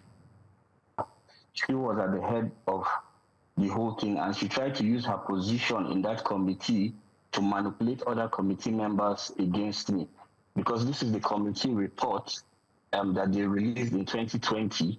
Now, if you go through this committee report, you'll see that they are talking from both sides of the mouth. I was not queried until 2021. That was a year after the committee had finished its investigations, and I was asking for the committee report because it was a public document. I had the right to go through it and see what was said about me, which they refused. So we approached the then Senate Committee on Ethics, Privileges and Public Petition, chaired by Senator Ayo Akiyelure. We were summoned. The then acting permanent secretary, Engineer Yemi Esho, came, Director of Human Resources, Mbaike Chuk, and the same Mrs. Morayo Alimi, claiming she was representing the minister. So they gave us all opportunities to say our bit, and I said mine, and they couldn't defend anything, because even at that time, even to the junior cadre recruitment, the level 6 downward, they were recruiting without waiver from head of service. You know, the thing became so bastardized. You see engineers, because what was most striking about some of those people, the higher data processing officers, their cadre is not domiciled in Ministry of Works. We admin officers and other categories of staff, our cadre is domiciled in the Office of the Head of Service. So when the Civil Service Commission recruits, based on vacancy declarations that we do every year, they send them directly to the Office of the Head of Service, where they are documented and posted to different ministries. But these people, they are posting letters originated directly from the Federal Civil Service Commission, mandating them to come and resume in the Federal Ministry of Works, which was not the process. We had other cases of engineers, civil engineers, builders, that also came with such fake letters of appointment. Another striking one was that of one so-called engineer, Kenneth Ode, who came in 2019 with an appointment letter of 2014. So in the course of my interactions with him, because I was a schedule officer then, when I saw the letter, I met my unit head, Mrs. Bossede Franklin, on Monday, and I showed her the letter. This person cannot be documented because his employment letter stated 2014, whether it was genuine or not. But we're in 2019 and he's coming for documentation, and you authorize that we document him. I can't in good conscience document such a person, because if anything happens, I'll be the one to go for it. She collected the letter and asked me to go. And later I discovered that my colleague was given the same person's file. He documented the person. So the next day when I came, they asked me to propose the internal deployment. I categorically refused that. I couldn't do that because this person's letter, though he was recruited in 2019 and 2014, we are in 2019, and he's coming with a posting circular from head of service. Head of service does not post engineers to the Ministry of Works. Head of service only documents them. If they are posted, they come from Civil Service Commission direct, because Federal Ministry of Works is their pool office. And judging by the date on this letter, it's stated by the public service rules that 2 months after an employment is given, if the person doesn't take it up by signifying in writing, it has elapsed. This is almost 4 years. You know, so she made a comment that he that digs a pit shall fall into it. And I told her I have not digged any pit. I couldn't fall into it. So I left. The guy later traced me, got my number somehow and called me, and he wanted to see me.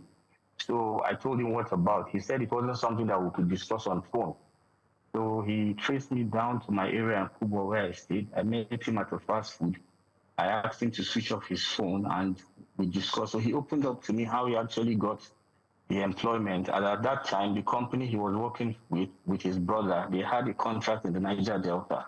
But when President Buhari took over in 2015, all those contracts were cancelled. So things were not easy. Having a wife and 3 children, he needed to come back. So they told him to come and plead with me that I'm the one that is the opposition to his documentation, that if he could speak to me and I could agree that everything would be all right. I told him that I couldn't possibly turn a blind eye because which is against my conscience, that if they want to document you, they should go and do that, but they should bear in mind that he's going to have issues. So these were the things I raised when I met the new director that came, Mrs. Isan Iwara, and I showed her evidences of this.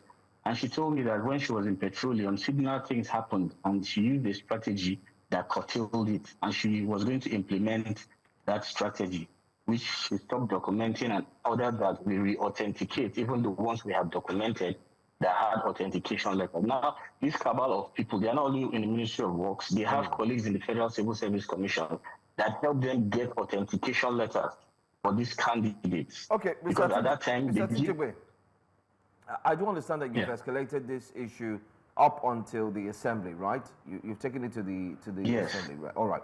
So what was we've been to the ICPC, EFCC, but unfortunately, they've not been able to do anything up till today. So even recently, we submitted a fresh petition to the ICPC, and we are still waiting for them. This is 3 months on to invite us.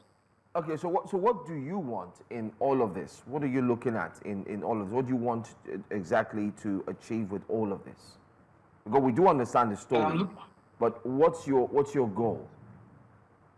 Yeah, my goal is for the right thing to be done. For whistleblowers, people like me that have the courage to come out and speak against abnormality, not to be victimized. Because I've been victimized, I've been ostracized. Everybody looks at me like a bad person.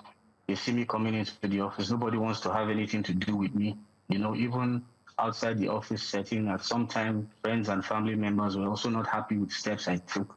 Everybody was saying that, why did I have to put my mouth in it? I should have looked the other way around. So I'm just looking for justice. I've been denied my promotion 2 consecutive years in a row. Now this is the 3rd year, and I've been told that I will not be sitting for it, that I had to go and beg the Director of Human Resources, Alhaji Abdullahi Aliyu, for him to allow me. And I felt I could not go and beg him because I can't be under his mercy. What I did was right. I did it in public interest, not for any personal good. So if I am being victimized by the same people, then the powers that be should look into it, because in this report, there's so many abnormalities.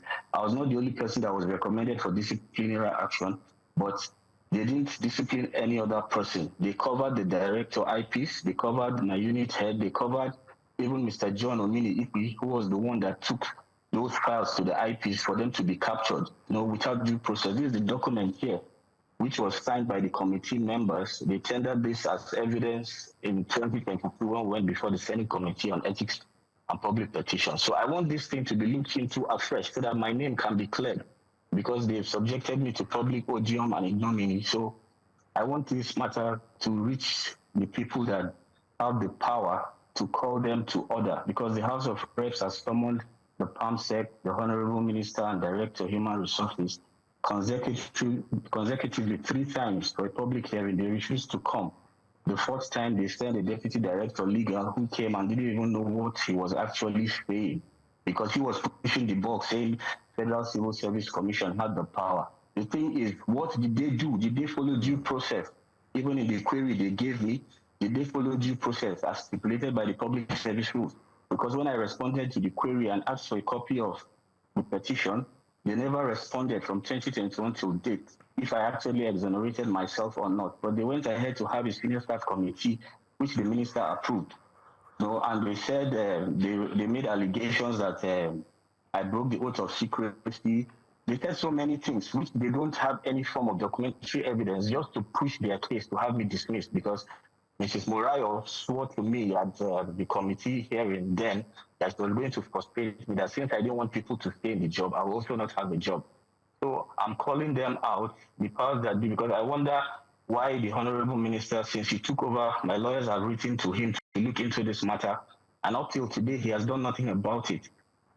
Which means he's enabling them, because his SA Media, one barrister, Uchenna Odi, is saying that my allegations are false. If my allegations are false, why don't you come out with your documentary evidence and challenge what I'm saying? This is a committee report from the Federal Ministry of Works. It was signed by them.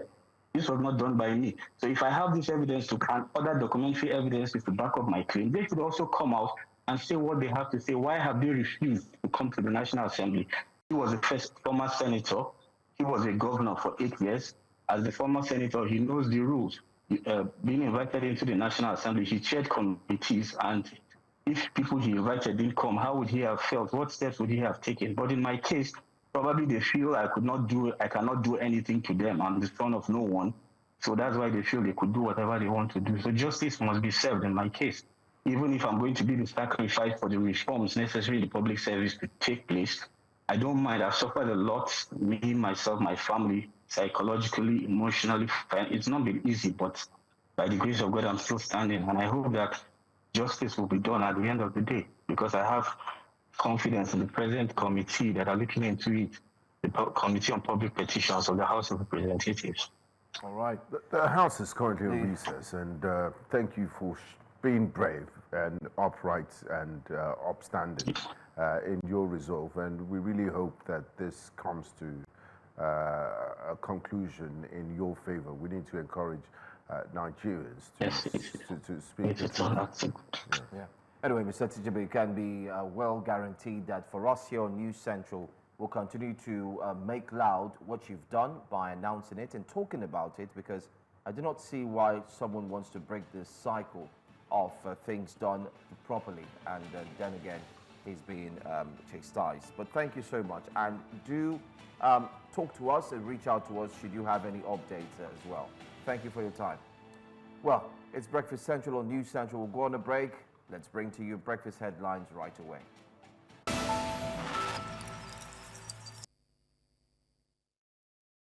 Welcome back. The West African Examinations Council, WAEC, is facing renewed criticism following the temporary shutdown of its results checker portal on Wednesday evening, citing technical issues. The announcement made via the council's official X handle at WAEC Nigeria has sparked further outrage, especially in the wake of the small results from the 2025 WAEC, that's WASSCE. Only 38.32% of the nearly 2 million candidates who sat for the exam earned credit passes in 5 subjects, including English and mathematics, marking the worst performance in over a decade. Social media users have accused WAEC of logistical failures, particularly during the delayed English language paper, which reportedly ran late into the night at many centers on May 28. Several candidates are now demanding a thorough review of the English scripts after claiming they passed other core subjects but failed English. The Ekiti State Police have successfully recovered a newborn baby boy stolen from a health center in Ado-Ekiti on Monday morning. The State Commissioner of Police, Joseph Eribo, said the recovery and arrest of the suspect's 34-year-old Deborah Ayeni followed thorough investigations by the command. Speaking while handling the baby back to the parents on Wednesday, the CP revealed how a tip-off and the discovery of baby items at the health center led to the breakthrough. The suspect, who lost her own pregnancy earlier this year, confessed to pretending to be pregnant and befriending the baby's family to execute the abduction. The baby's father expressed relief and gratitude, saying the suspect was friendly and even helped care for the child before the incident. Amnesty International Nigeria has strongly condemned the arrest and detention of activist Omoyele Sowore, calling it a clear violation of his rights. Sowore was taken into custody on Wednesday after honoring a police invitation at the force headquarters in Abuja. He is currently being investigated for alleged forgery and incitement of public unrest. In a statement, Amnesty International described the charges as politically motivated and part of a broader pattern of intimidation by security agencies. The global human rights watchdog has demanded Sowore's immediate and unconditional release, warning that his detention reflects a disturbing trend of shrinking civic space in Nigeria. Amnesty also urged the authorities to uphold citizens' rights to freedom of expression and peaceful protest without fear of persecution. Let's tell you that Lagos State Governor Babajide Sanwo-Olu has reaffirmed his administration's commitment to statewide infrastructure development as he unveiled newly constructed roads in Badagry local government area and Olorunda local council development area. Addressing residents, the governor praised their patience and cooperation during the construction phase and highlighted the broader goal of enhancing trade, tourism, and accessibility in the region. The roads inaugurated include Samuel Ekundayo, Toga Road and Hospital Road, which improve connectivity to key landmarks such as the General Hospital, Agia Tree Monument and Slave Trade Relic. Sanwo-Olu described Samuel Ekundayo Toga Road as a vital alternative route connecting Badagry roundabout to Limca, Ibiroko, easing traffic on the Lagos-Badagry Expressway.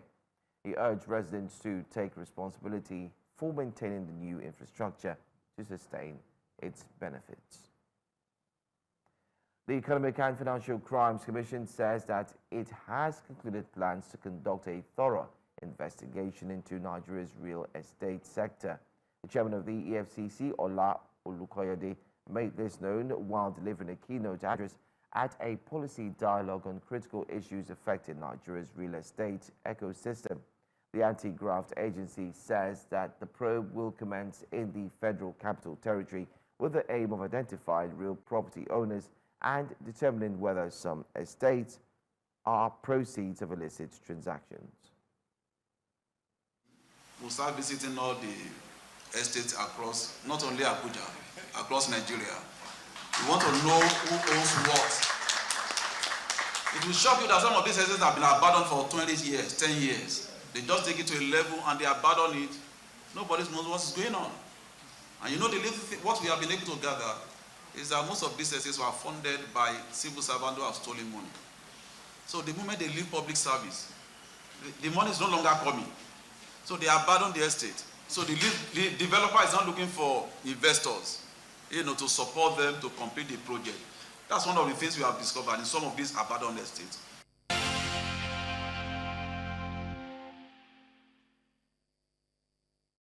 Yes, we're right back. The front pages of the newspapers. We do have head strategy and public affairs analysts. Talking about head strategy for Nairametrics and public affairs analyst Wade Hime joins us live in the studio on a Thursday morning. Let's get the spirit moving. Let's keep going. And let's tell you that you can start calling, all right? So you find the phone number right there on the screen in a few seconds. There it is. So give us a call. Let's know what you think about the papers that we're about to bring to you. Now, don't forget that you can actually call in, turn on the volume of your TV set, make your comments 30 seconds less, and then we move. Binga. Great. Okay. Well, Ade, great to have you here. We start off with the Punch newspaper. So many stories to choose from. Let's start with the pension battle. Police retirees reject federal government's healthcare offer. They're saying that's not what we want. Pay us, we'll sort our healthcare ourselves. Nigeria-US in advanced high-level talks over visa restrictions. Nigeria is holding its ground, saying no, we're not going to accept deportees as a ground. We will respect our sovereignty. Meanwhile, Rwanda has agreed to take dangerous criminals from the United States. And also, on the front page of the newspaper, of the Punch newspaper, foreign investors set off 576 billion Nigerian stocks in 6 months. Outflow soars 85% year on year. Economists cite Trump-era policies shift towards treasury bills. I don't know if this is good news or bad news, but it doesn't look so good. Sanwo-Olu pledges statewide infrastructure at Badagry Road unveiling. Okay, it's pledging it. Let's hope it fulfills it, and let's hope this statewide infrastructure will include street lights, because it's reached a critical point, and a state of emergency needs to be declared on the dark roads of Lagos. Receivership row. Egbe challenges FBN Quest in his Quest takeover move, and then we have this. So I'm sure you saw this video making the rounds yesterday. Kwamwon pushes back as fan probes airport incident. And Tinubu consoles Ghana after helicopter crash kills 2 ministers and 6 others. Very sad news there. So, and also WAEC on the fire as results portal goes down. Anyway, let's start off with one. So, Wade, let's start off with I think the big one, the pension battle. Police retirees reject federal government healthcare offer. What's your take on that? So, what does the Pension Act say? You know, so why are you offering them free health care when they are retired? That's one. In my own opinion, pay them. It's a contributory pension, and if they've contributed to it, so the Pension Act says the employee will contribute 8% and the employer will contribute 10%. So my question continually remains, is it that the federal government hasn't been contributing that 10% since when the Pension Act came out in 2004? And then it was revised, I think, in 2014. That's where it moved from 5 to 8% for employee and then 8 to 10% for employer. It just beats me every time that our retirees, you know, now that you have contributed pension, you can't get your pension. When you didn't have contributed pension, you were not being paid your pensions regularly.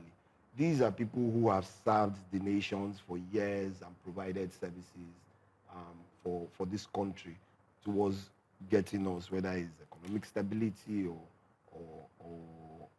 political stability and so on. And then at the end of the day, you retire.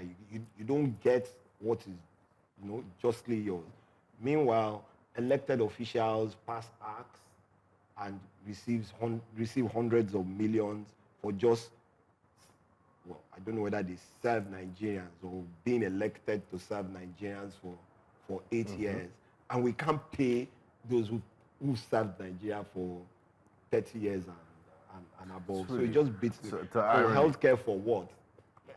When and also, so some other offers with regards to this pensions, Mr. President has ordered PENCOM and PTAD to implement 20% pension increase, and has asked PENCOM to resolve the long-standing pension. Benga, sorry to interject you, but how do you do that when there is an act of parliament that provides the Pension Act? The cover. Yes, I know he has rights for executive orders, but when you say 20% increase, from where? How? From who? Is it from the federal government? Or are you saying that this 20% increase? They're saying that one of the things they're saying is that it ought to have been implemented since. How? Since. How? Especially, many have said, especially during the Buhari administration. How? There's a Pension Act that provides for contributory pension schemes. And I just said what it is. Yes, the government has a right, or the individual has a right to contribute more. But then you would, what's it called? You would now agree that with your PENCOM company. However, if you say 20% increase, is it 20% of the 10% contribution, which makes it about 2%, so it moves it from 10 to 12%? Or is it 20% additional to the 10% that the government is supposed to? So the government must contribute 30%.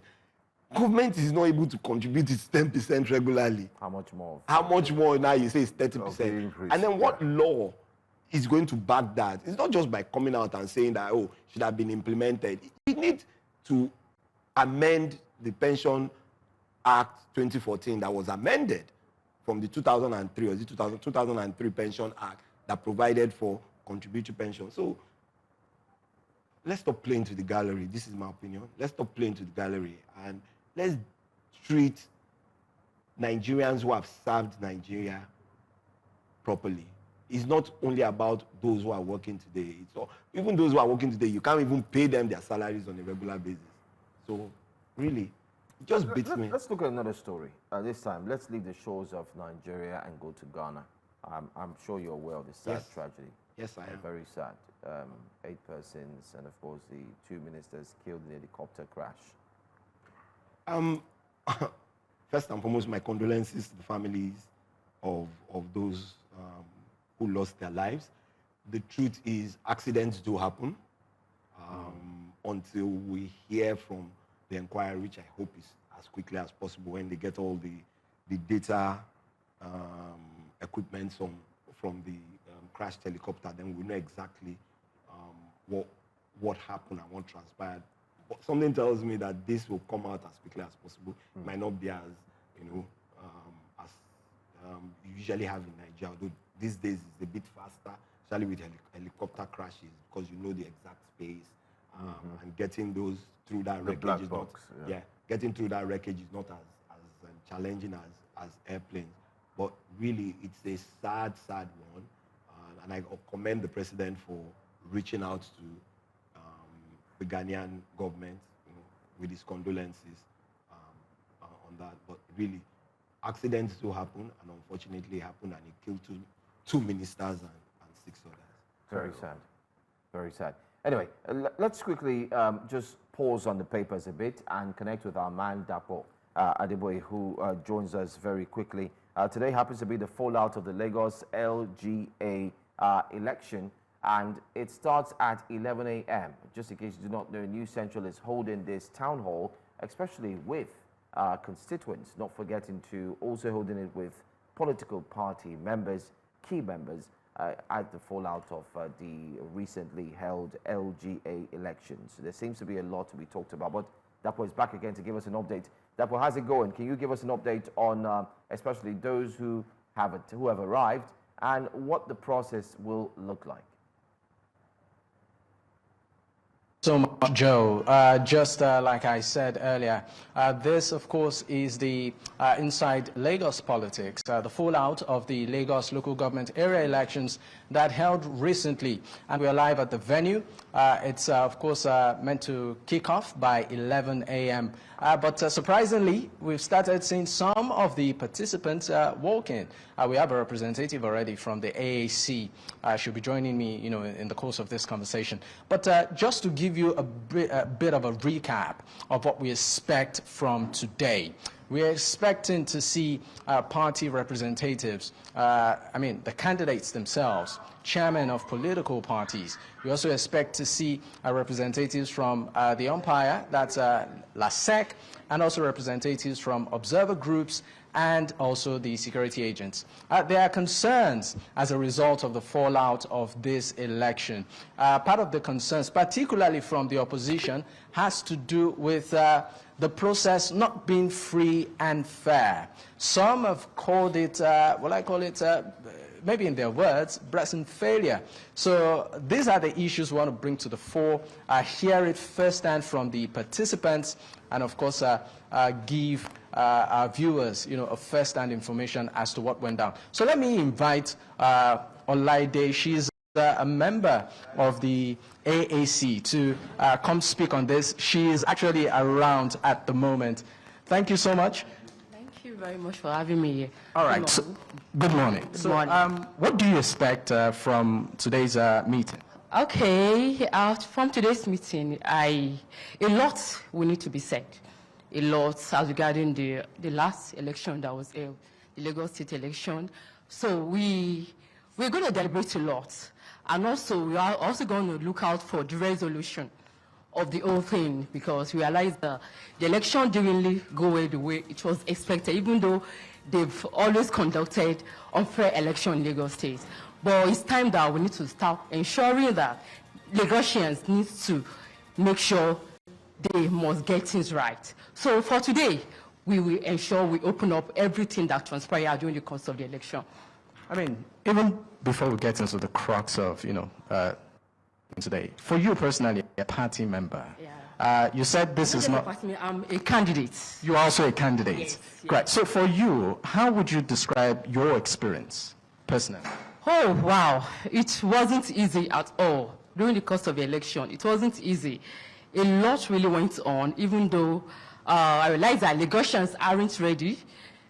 And also, the INEC and also LASIEC as a whole, they were not, the publicity was not enough, because I could remember while I was going out for outdoors campaign, a lot of people weren't aware of the forthcoming election. I had to be the one informing them that there is an election coming forth.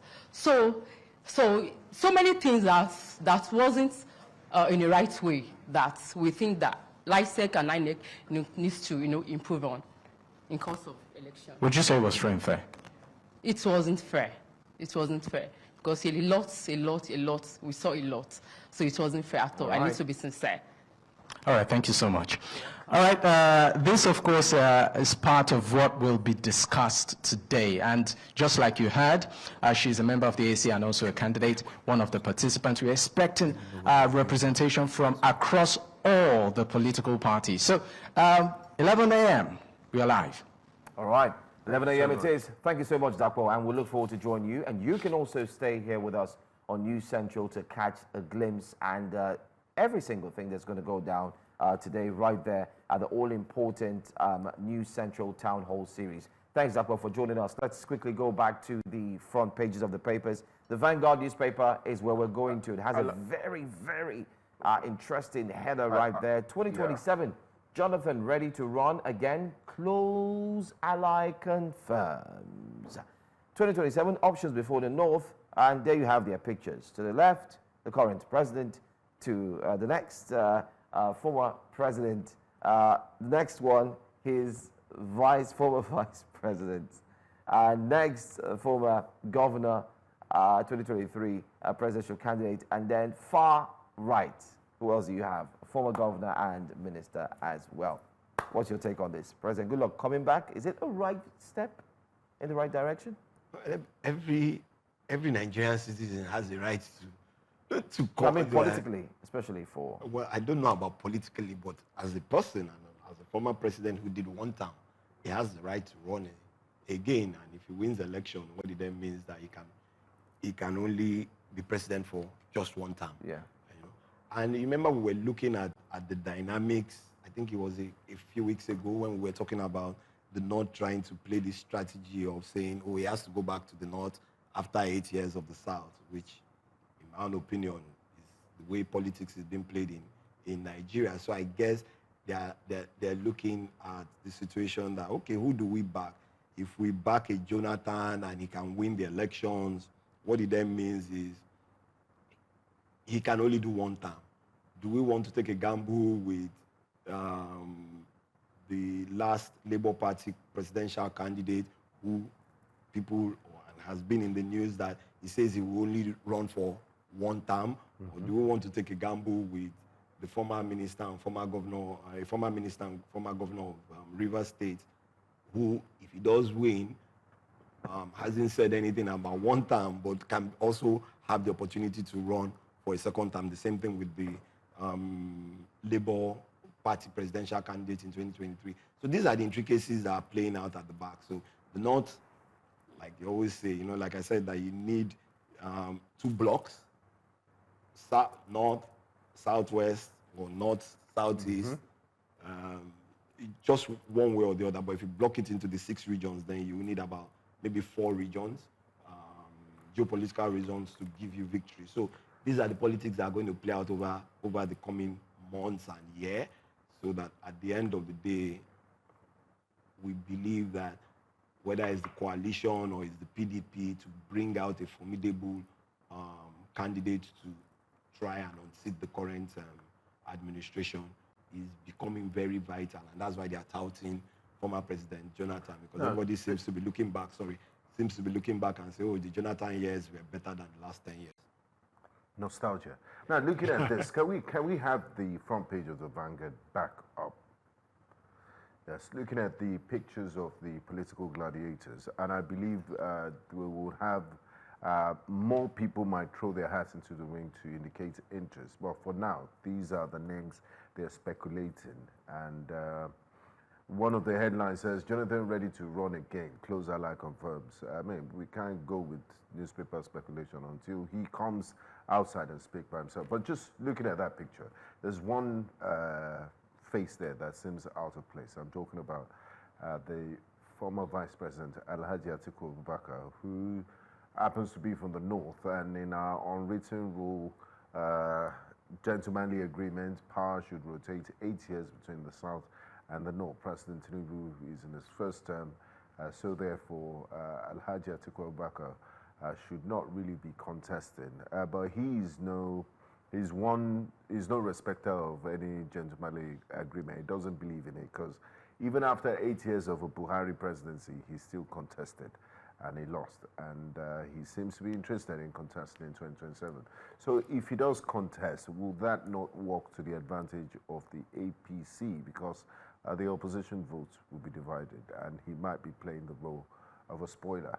What's your take on his candidacy? And is it Some have also said it's about time he takes the role of an elder statesman.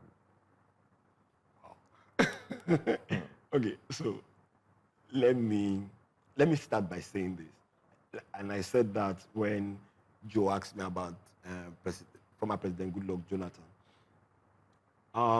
Every Nigerian who is eligible to contest has the right to contest to become president or be an elected official in Nigeria. So if former Vice President Atiku Abubakar believes that he can do that again, then he's free to do that. Now, in the dynamics of what you're talking about, yes, it could be a spoiler. We saw what happened with the PDP that split up in 2023 in comparison to when the PDP split up in 2014 and created the APC. You saw that block of PDP elected officials who moved to the APC, and we saw the effect to that in the Buhari election of becoming president in 2015. So once you consider that, yes, and if you consider the fact that if the North wants to make a case for presidency, in my own opinion, going back to the North in 2031, then they must let this act play out. Let two Southern candidates contest. And if the incumbent wins, then you know that you've done your 8 years. However, if someone else comes in, like I said, Jonathan will be a good balance, because it's balancing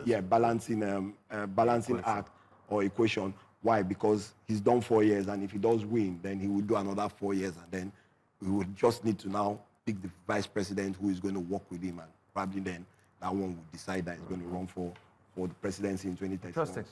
So that's it. Let's look at another story very quickly. I believe we have a call. We have a call. Osas from Port Harcourt. Osas. Good morning. Good morning, Joe. Good morning, Benga. A quick one. Can you hear me? Mr. Osas, are you there? Yes, I'm here. Can you hear me? Okay. Still on the Vanguard. Can you hear me? Still on the Vanguard. There's this one. Can you hear me? Oh, okay. Osas. Good morning. We can hear you. Okay, good. A quick one. I want to talk about Peter Obi and PDP wooing Peter Obi and President Goodluck Jonathan. Yeah. But my thing is this: if two of them accept the offer, so what they would do, what I would suggest, is let former President Goodluck Jonathan and Peter Obi go for what should I call it? They should go for a camp. Like, for example, going to Obudu Ranch, two of them, or going to, I can recommend Abakpa Nuke, that is a Nuke Lake Resort. They can go there for a camp, and two of them will now agree between each other. Like, okay, let me step down for you, or you step down for me. It will be a private meeting between two of them, since both of them are from the South. And I'm very sure if Peter Obi steps down for President Goodluck Jonathan, of course, President Goodluck Jonathan will make Peter Obi to head the economic thing. And if it goes the other way, of course, I know President Jonathan will play a prominent role in Peter Obi succeeding as a president. So if two of them should accept, the PDP should not impose, should not say, okay, we are going for this, or they should go to primary. No. Let the two of them, maybe within Nigeria or outside Nigeria, let the two of them travel on their own and discuss within themselves, and one person will not say, I'm stepping down for the other. You should go that way. Then from Vice President Atiku, I think he's really missing it. The best time Atiku would have become president if he had worked for President Goodluck Jonathan in 2015. Automatically, he would have become the president that Goodluck Jonathan would have handed over to. But he's a spoiler. I will advise him now, he should choose one of the Southern candidates and work for that person if he actually wants to become. If he works for that person, he has a personal agreement with that person that in so you will only do one term. You will hand over to the North. He can use himself like, I'll be the one you will hand over to. Just what Buhari and Tinubu had. So how would that we is be mine. then? Thank you. Very Thank interesting. you very much, Osas. I was really listening, and it was really political permutation. Yes, and it was a brilliant permutation. Thank you there. It was really a brilliant permutation. Yeah. But on the premise that former that President Goodluck Jonathan is even interested in coming back On to that, the presidency. well, like you said, until he speaks for himself, we don't know. These allies, well, let's see how it And goes. then, you know, seeing something on paper, the reality is different. It might not be sellable. He's been there before. And then you just think, oh, because of nostalgia, things were better. It doesn't automatically mean... Doesn't work that way. It doesn't work that way. And politics is stressful. I really feel he's a gentleman. I feel for him. I don't think he should throw his heart into As you, but the murky he might have in his heart the belief that he can still do something good for Nigeria. Donald Trump. Yeah, make a return. After all, that's what they're going to use. That I mean, if Donald Trump could make a comeback, well, who says he can't? But why are you people not talking about Rotimi Amechi? Is it that it doesn't stand a chance? Or let's move on. Or it has two chances? Benga, you were saying something else about you were saying something else about the Vanguard. Joe, can we go to the next one? Yes. Federal government approves tax incentives for manufacturers using local raw materials. So are there people that have local options but decide to import in the first place? Okay, so there are two things. One, yes, there are local raw materials. However, do you have the quantity that would satisfy supply? Yeah, the supply quantity that would satisfy the industry. I know that I can't remember what Like on the top Dangote of my and head. No. Let's even leave Dangote and crude. I'm talking about full-time production now, manufacturing goods, not petrol. Let's leave oil and gas. Price has gone up anyway to $9.15 as at this morning. But NNPC said they've reduced the price. I saw that's NNPC. Well, I saw the stations this morning. That one anyway, in the Middle East? let's come back to what we're saying. So yes, so if you can prove, that's the other thing. Now, if you can prove that you don't import raw materials for production, then yes, the incentives are fine. Now, but the other question is, even when I give that incentive, do you have the quantum of supply that would help that industry? What's it called? And so when you now have a mixture of both, local and foreign raw materials, how do you ascertain the product?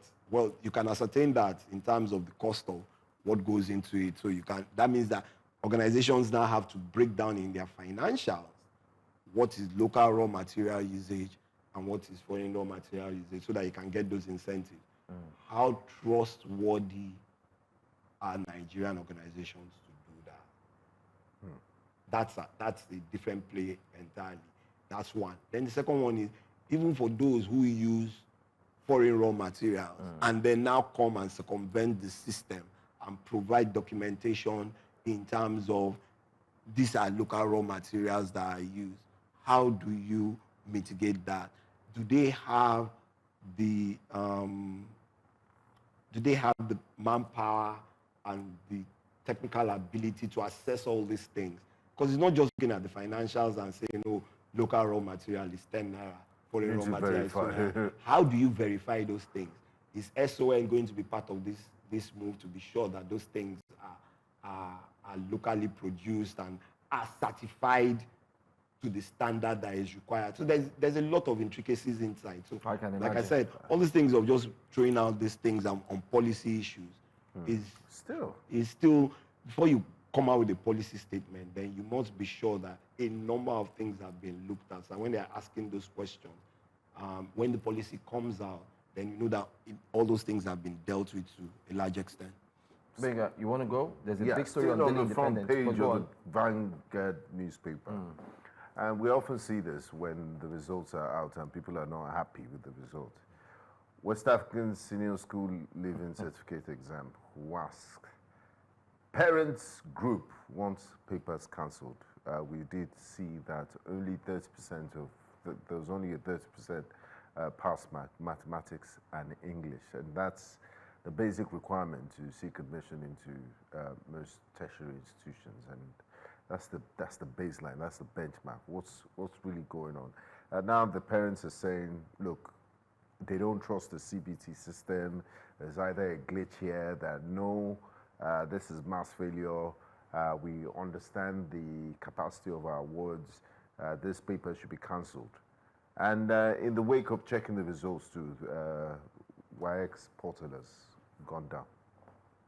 So, first and foremost, you know, when as WAEC portal goes down, then you start to tend to say, okay, maybe the parents are there is some truth in what the parents are saying. But generally, because I also wrote WAEC in this country, maths and English it's tough. Is always tough. It's tough. I think maths is tougher than English. No, I don't have that's why I to speak. studied I don't know how to maths. speak English because I got a C in English. But in maths, maybe that's why I followed my path. But that's how, it has always been like that. Maths and English. So what then happens is that science oriented students pass maths more, and arts oriented students pass the English more. And then you know, all that, that kind of thing. Fine balance. Yeah, but there's always that. But I read somewhere and I heard somewhere that this has been the worst WAEC result in 10 years. Yeah. Now, even the last jam was the worst. Worst. So there are two things. One, there's a new system. Or JAMB has been there, but WAEC there's a new system. Something tells me that one, there's not enough tutelage and education on how to do the CBT exams. The transition. Yeah, that transitioning. I don't know how many schools in Nigeria have those capacity to train their children for their mock exams. That's where it must start from. Once you get into SS2 from your third year, in third time in SS2, you should start to develop those students in that direction. So they get used to that, they get familiar with how to work with those things, and then the way you answer the questions. And that's why we continually say that educational system and tutelage continues to shift. It continues to shift. And we also need to follow in that direction. Like we've said here many times, if we're still using the old model of education in 2025, it's a cause for worry. But let's go to Daily Independence. There's a story I want us to talk about quickly because we're almost running out of time. We have 3 more minutes before we also pay a special information to the governor of Lagos State. There you have it at the bottom. 712 billion naira airport renovation. Peter Obi questions whereabouts of $500 million loan for airports upgrade. Which airport? The same airports that is about to gulp 712 billion naira. Which one of them? Lagos? Lagos. So what are they renovating? Are they renovating or they are rebuilding? Because the Lagos airport now, Muritala Mohammed Airport now has 2 different terminal buildings. There's the old one. And then there's the new one. And then there's the new one, which the Chinese put some loan structure together to build. The old one is beginning to not be used as frequently as it used to be, meaning that maybe that's the side they want to renovate. But like you said, I saw one of your morning, what was it called, banter, and we were talking about Ghana renovating the whole airport and so on, including runways. We built a second runway in Lagos a few years back. We've renovated the original runway. Who has accounted for all these monies? And if you did take a loan, and I think the loan Peter Obi is talking about is the loan that has constructed the new terminal, the car parks and the new car park, which is closer to the airport these days than where you had to trek from there. It's actually a loan the loan came in, just to reiterate again, the loan came in 2013. Nigeria got to the loan. Yes, and that's what I'm saying. And that's when President Buhari. No, it wasn't President Buhari. It was President Jonathan. So there were a number of loans that we agreed with the Chinese. Are you with me? One was to build a new airport terminal, which President Buhari had commissioned just before he left, which is the new airport terminal in Lagos. And then also do some additional works. Reworking, facelift, facelift on the old one. Yeah, so if he's asking for that, my question would be, is he asking how that money was spent in building the new terminal, in building the new car park, in renovating the what's it called, runways and building a second runway. I think they built a second runway in the Lagos airport. So those are the questions that we need to ask, and those are the answers that need to be provided, because not long after, there are a number of things. So even the rail lines, most of those contracts were put in place by President Jonathan. Do you understand? And more monies were brought in. Some of these projects were never completed. Some of them, so for the airports, it wasn't just Lagos. So there was Lagos, there was Port Harcourt, there was Abuja, there was Kano, that were going to get major upgrades. So I think if that's what the total $500 billion was for, then the question is, have they met the terms and conditions as agreed in those contracts? So maybe we need to go and look at those contracts again. That's it. Well, that's all we're going to take for the front pages of the newspapers. Thank you so much, Owadehime, for joining us. Thank you for having me. As usual, spot on analysis. And thank you so much, Asas, for calling. Unfortunately, we cannot take the other calls that are coming because of our time. But we started something here, especially from Monday, a plea to the governor of Lagos State, Governor Babajide Sanwo-Olu. And we did see the great event that was held yesterday where you commissioned the new roads in Badagry and asked the people of Badagry to ensure that they maintain the road. But here's the footage that I picked up yesterday.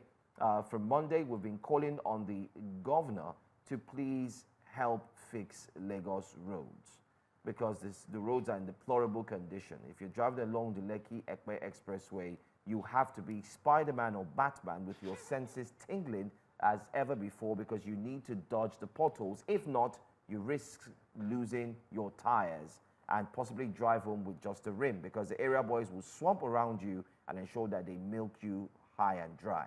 But yesterday, this footage confirms that work has been ongoing. It shows that the governor is indeed listening to the voices of the people. So we want to follow up closely. Like we've said on Breakfast Central, when we put out a story and say we're going to follow, guess what? We will follow it to the end. So this is proof that work is ongoing. The potholes are being covered. The next step is the lights. So the street lights, we would ask the governor, please don't stop while you're working on the potholes. Please also help. It's a plea here on Breakfast Central. Help so that the street lights can come on. Let's light up Lagos. It's for our own safety, it's for our own good, so that we can drive safely and ensure that we do not spend money fixing our cars, at the same time also paying for what they call, what do they call that car? What you pay for when you drive your cars. It's called like a road tax. No, not road tax. I can't remember the name. I know what you're talking about. I got a bit. I was trying to remember that name. But anyway, there are lots. Roadworthiness. Roadworthiness. Yes. Roadworthiness. But we all pay for it, too. We all pay for it. But yeah, but is the road worthy of is my the road car? worthy? Because you're paying for roadworthiness. Maybe I just add to what you said. Can we be sure that when they are doing some of this, maintenance work, is not when people are, it's not peak period of. Exactly, that's another. So I just want to beg you so that maybe you put that into because it could lead to serious traffic disruptions.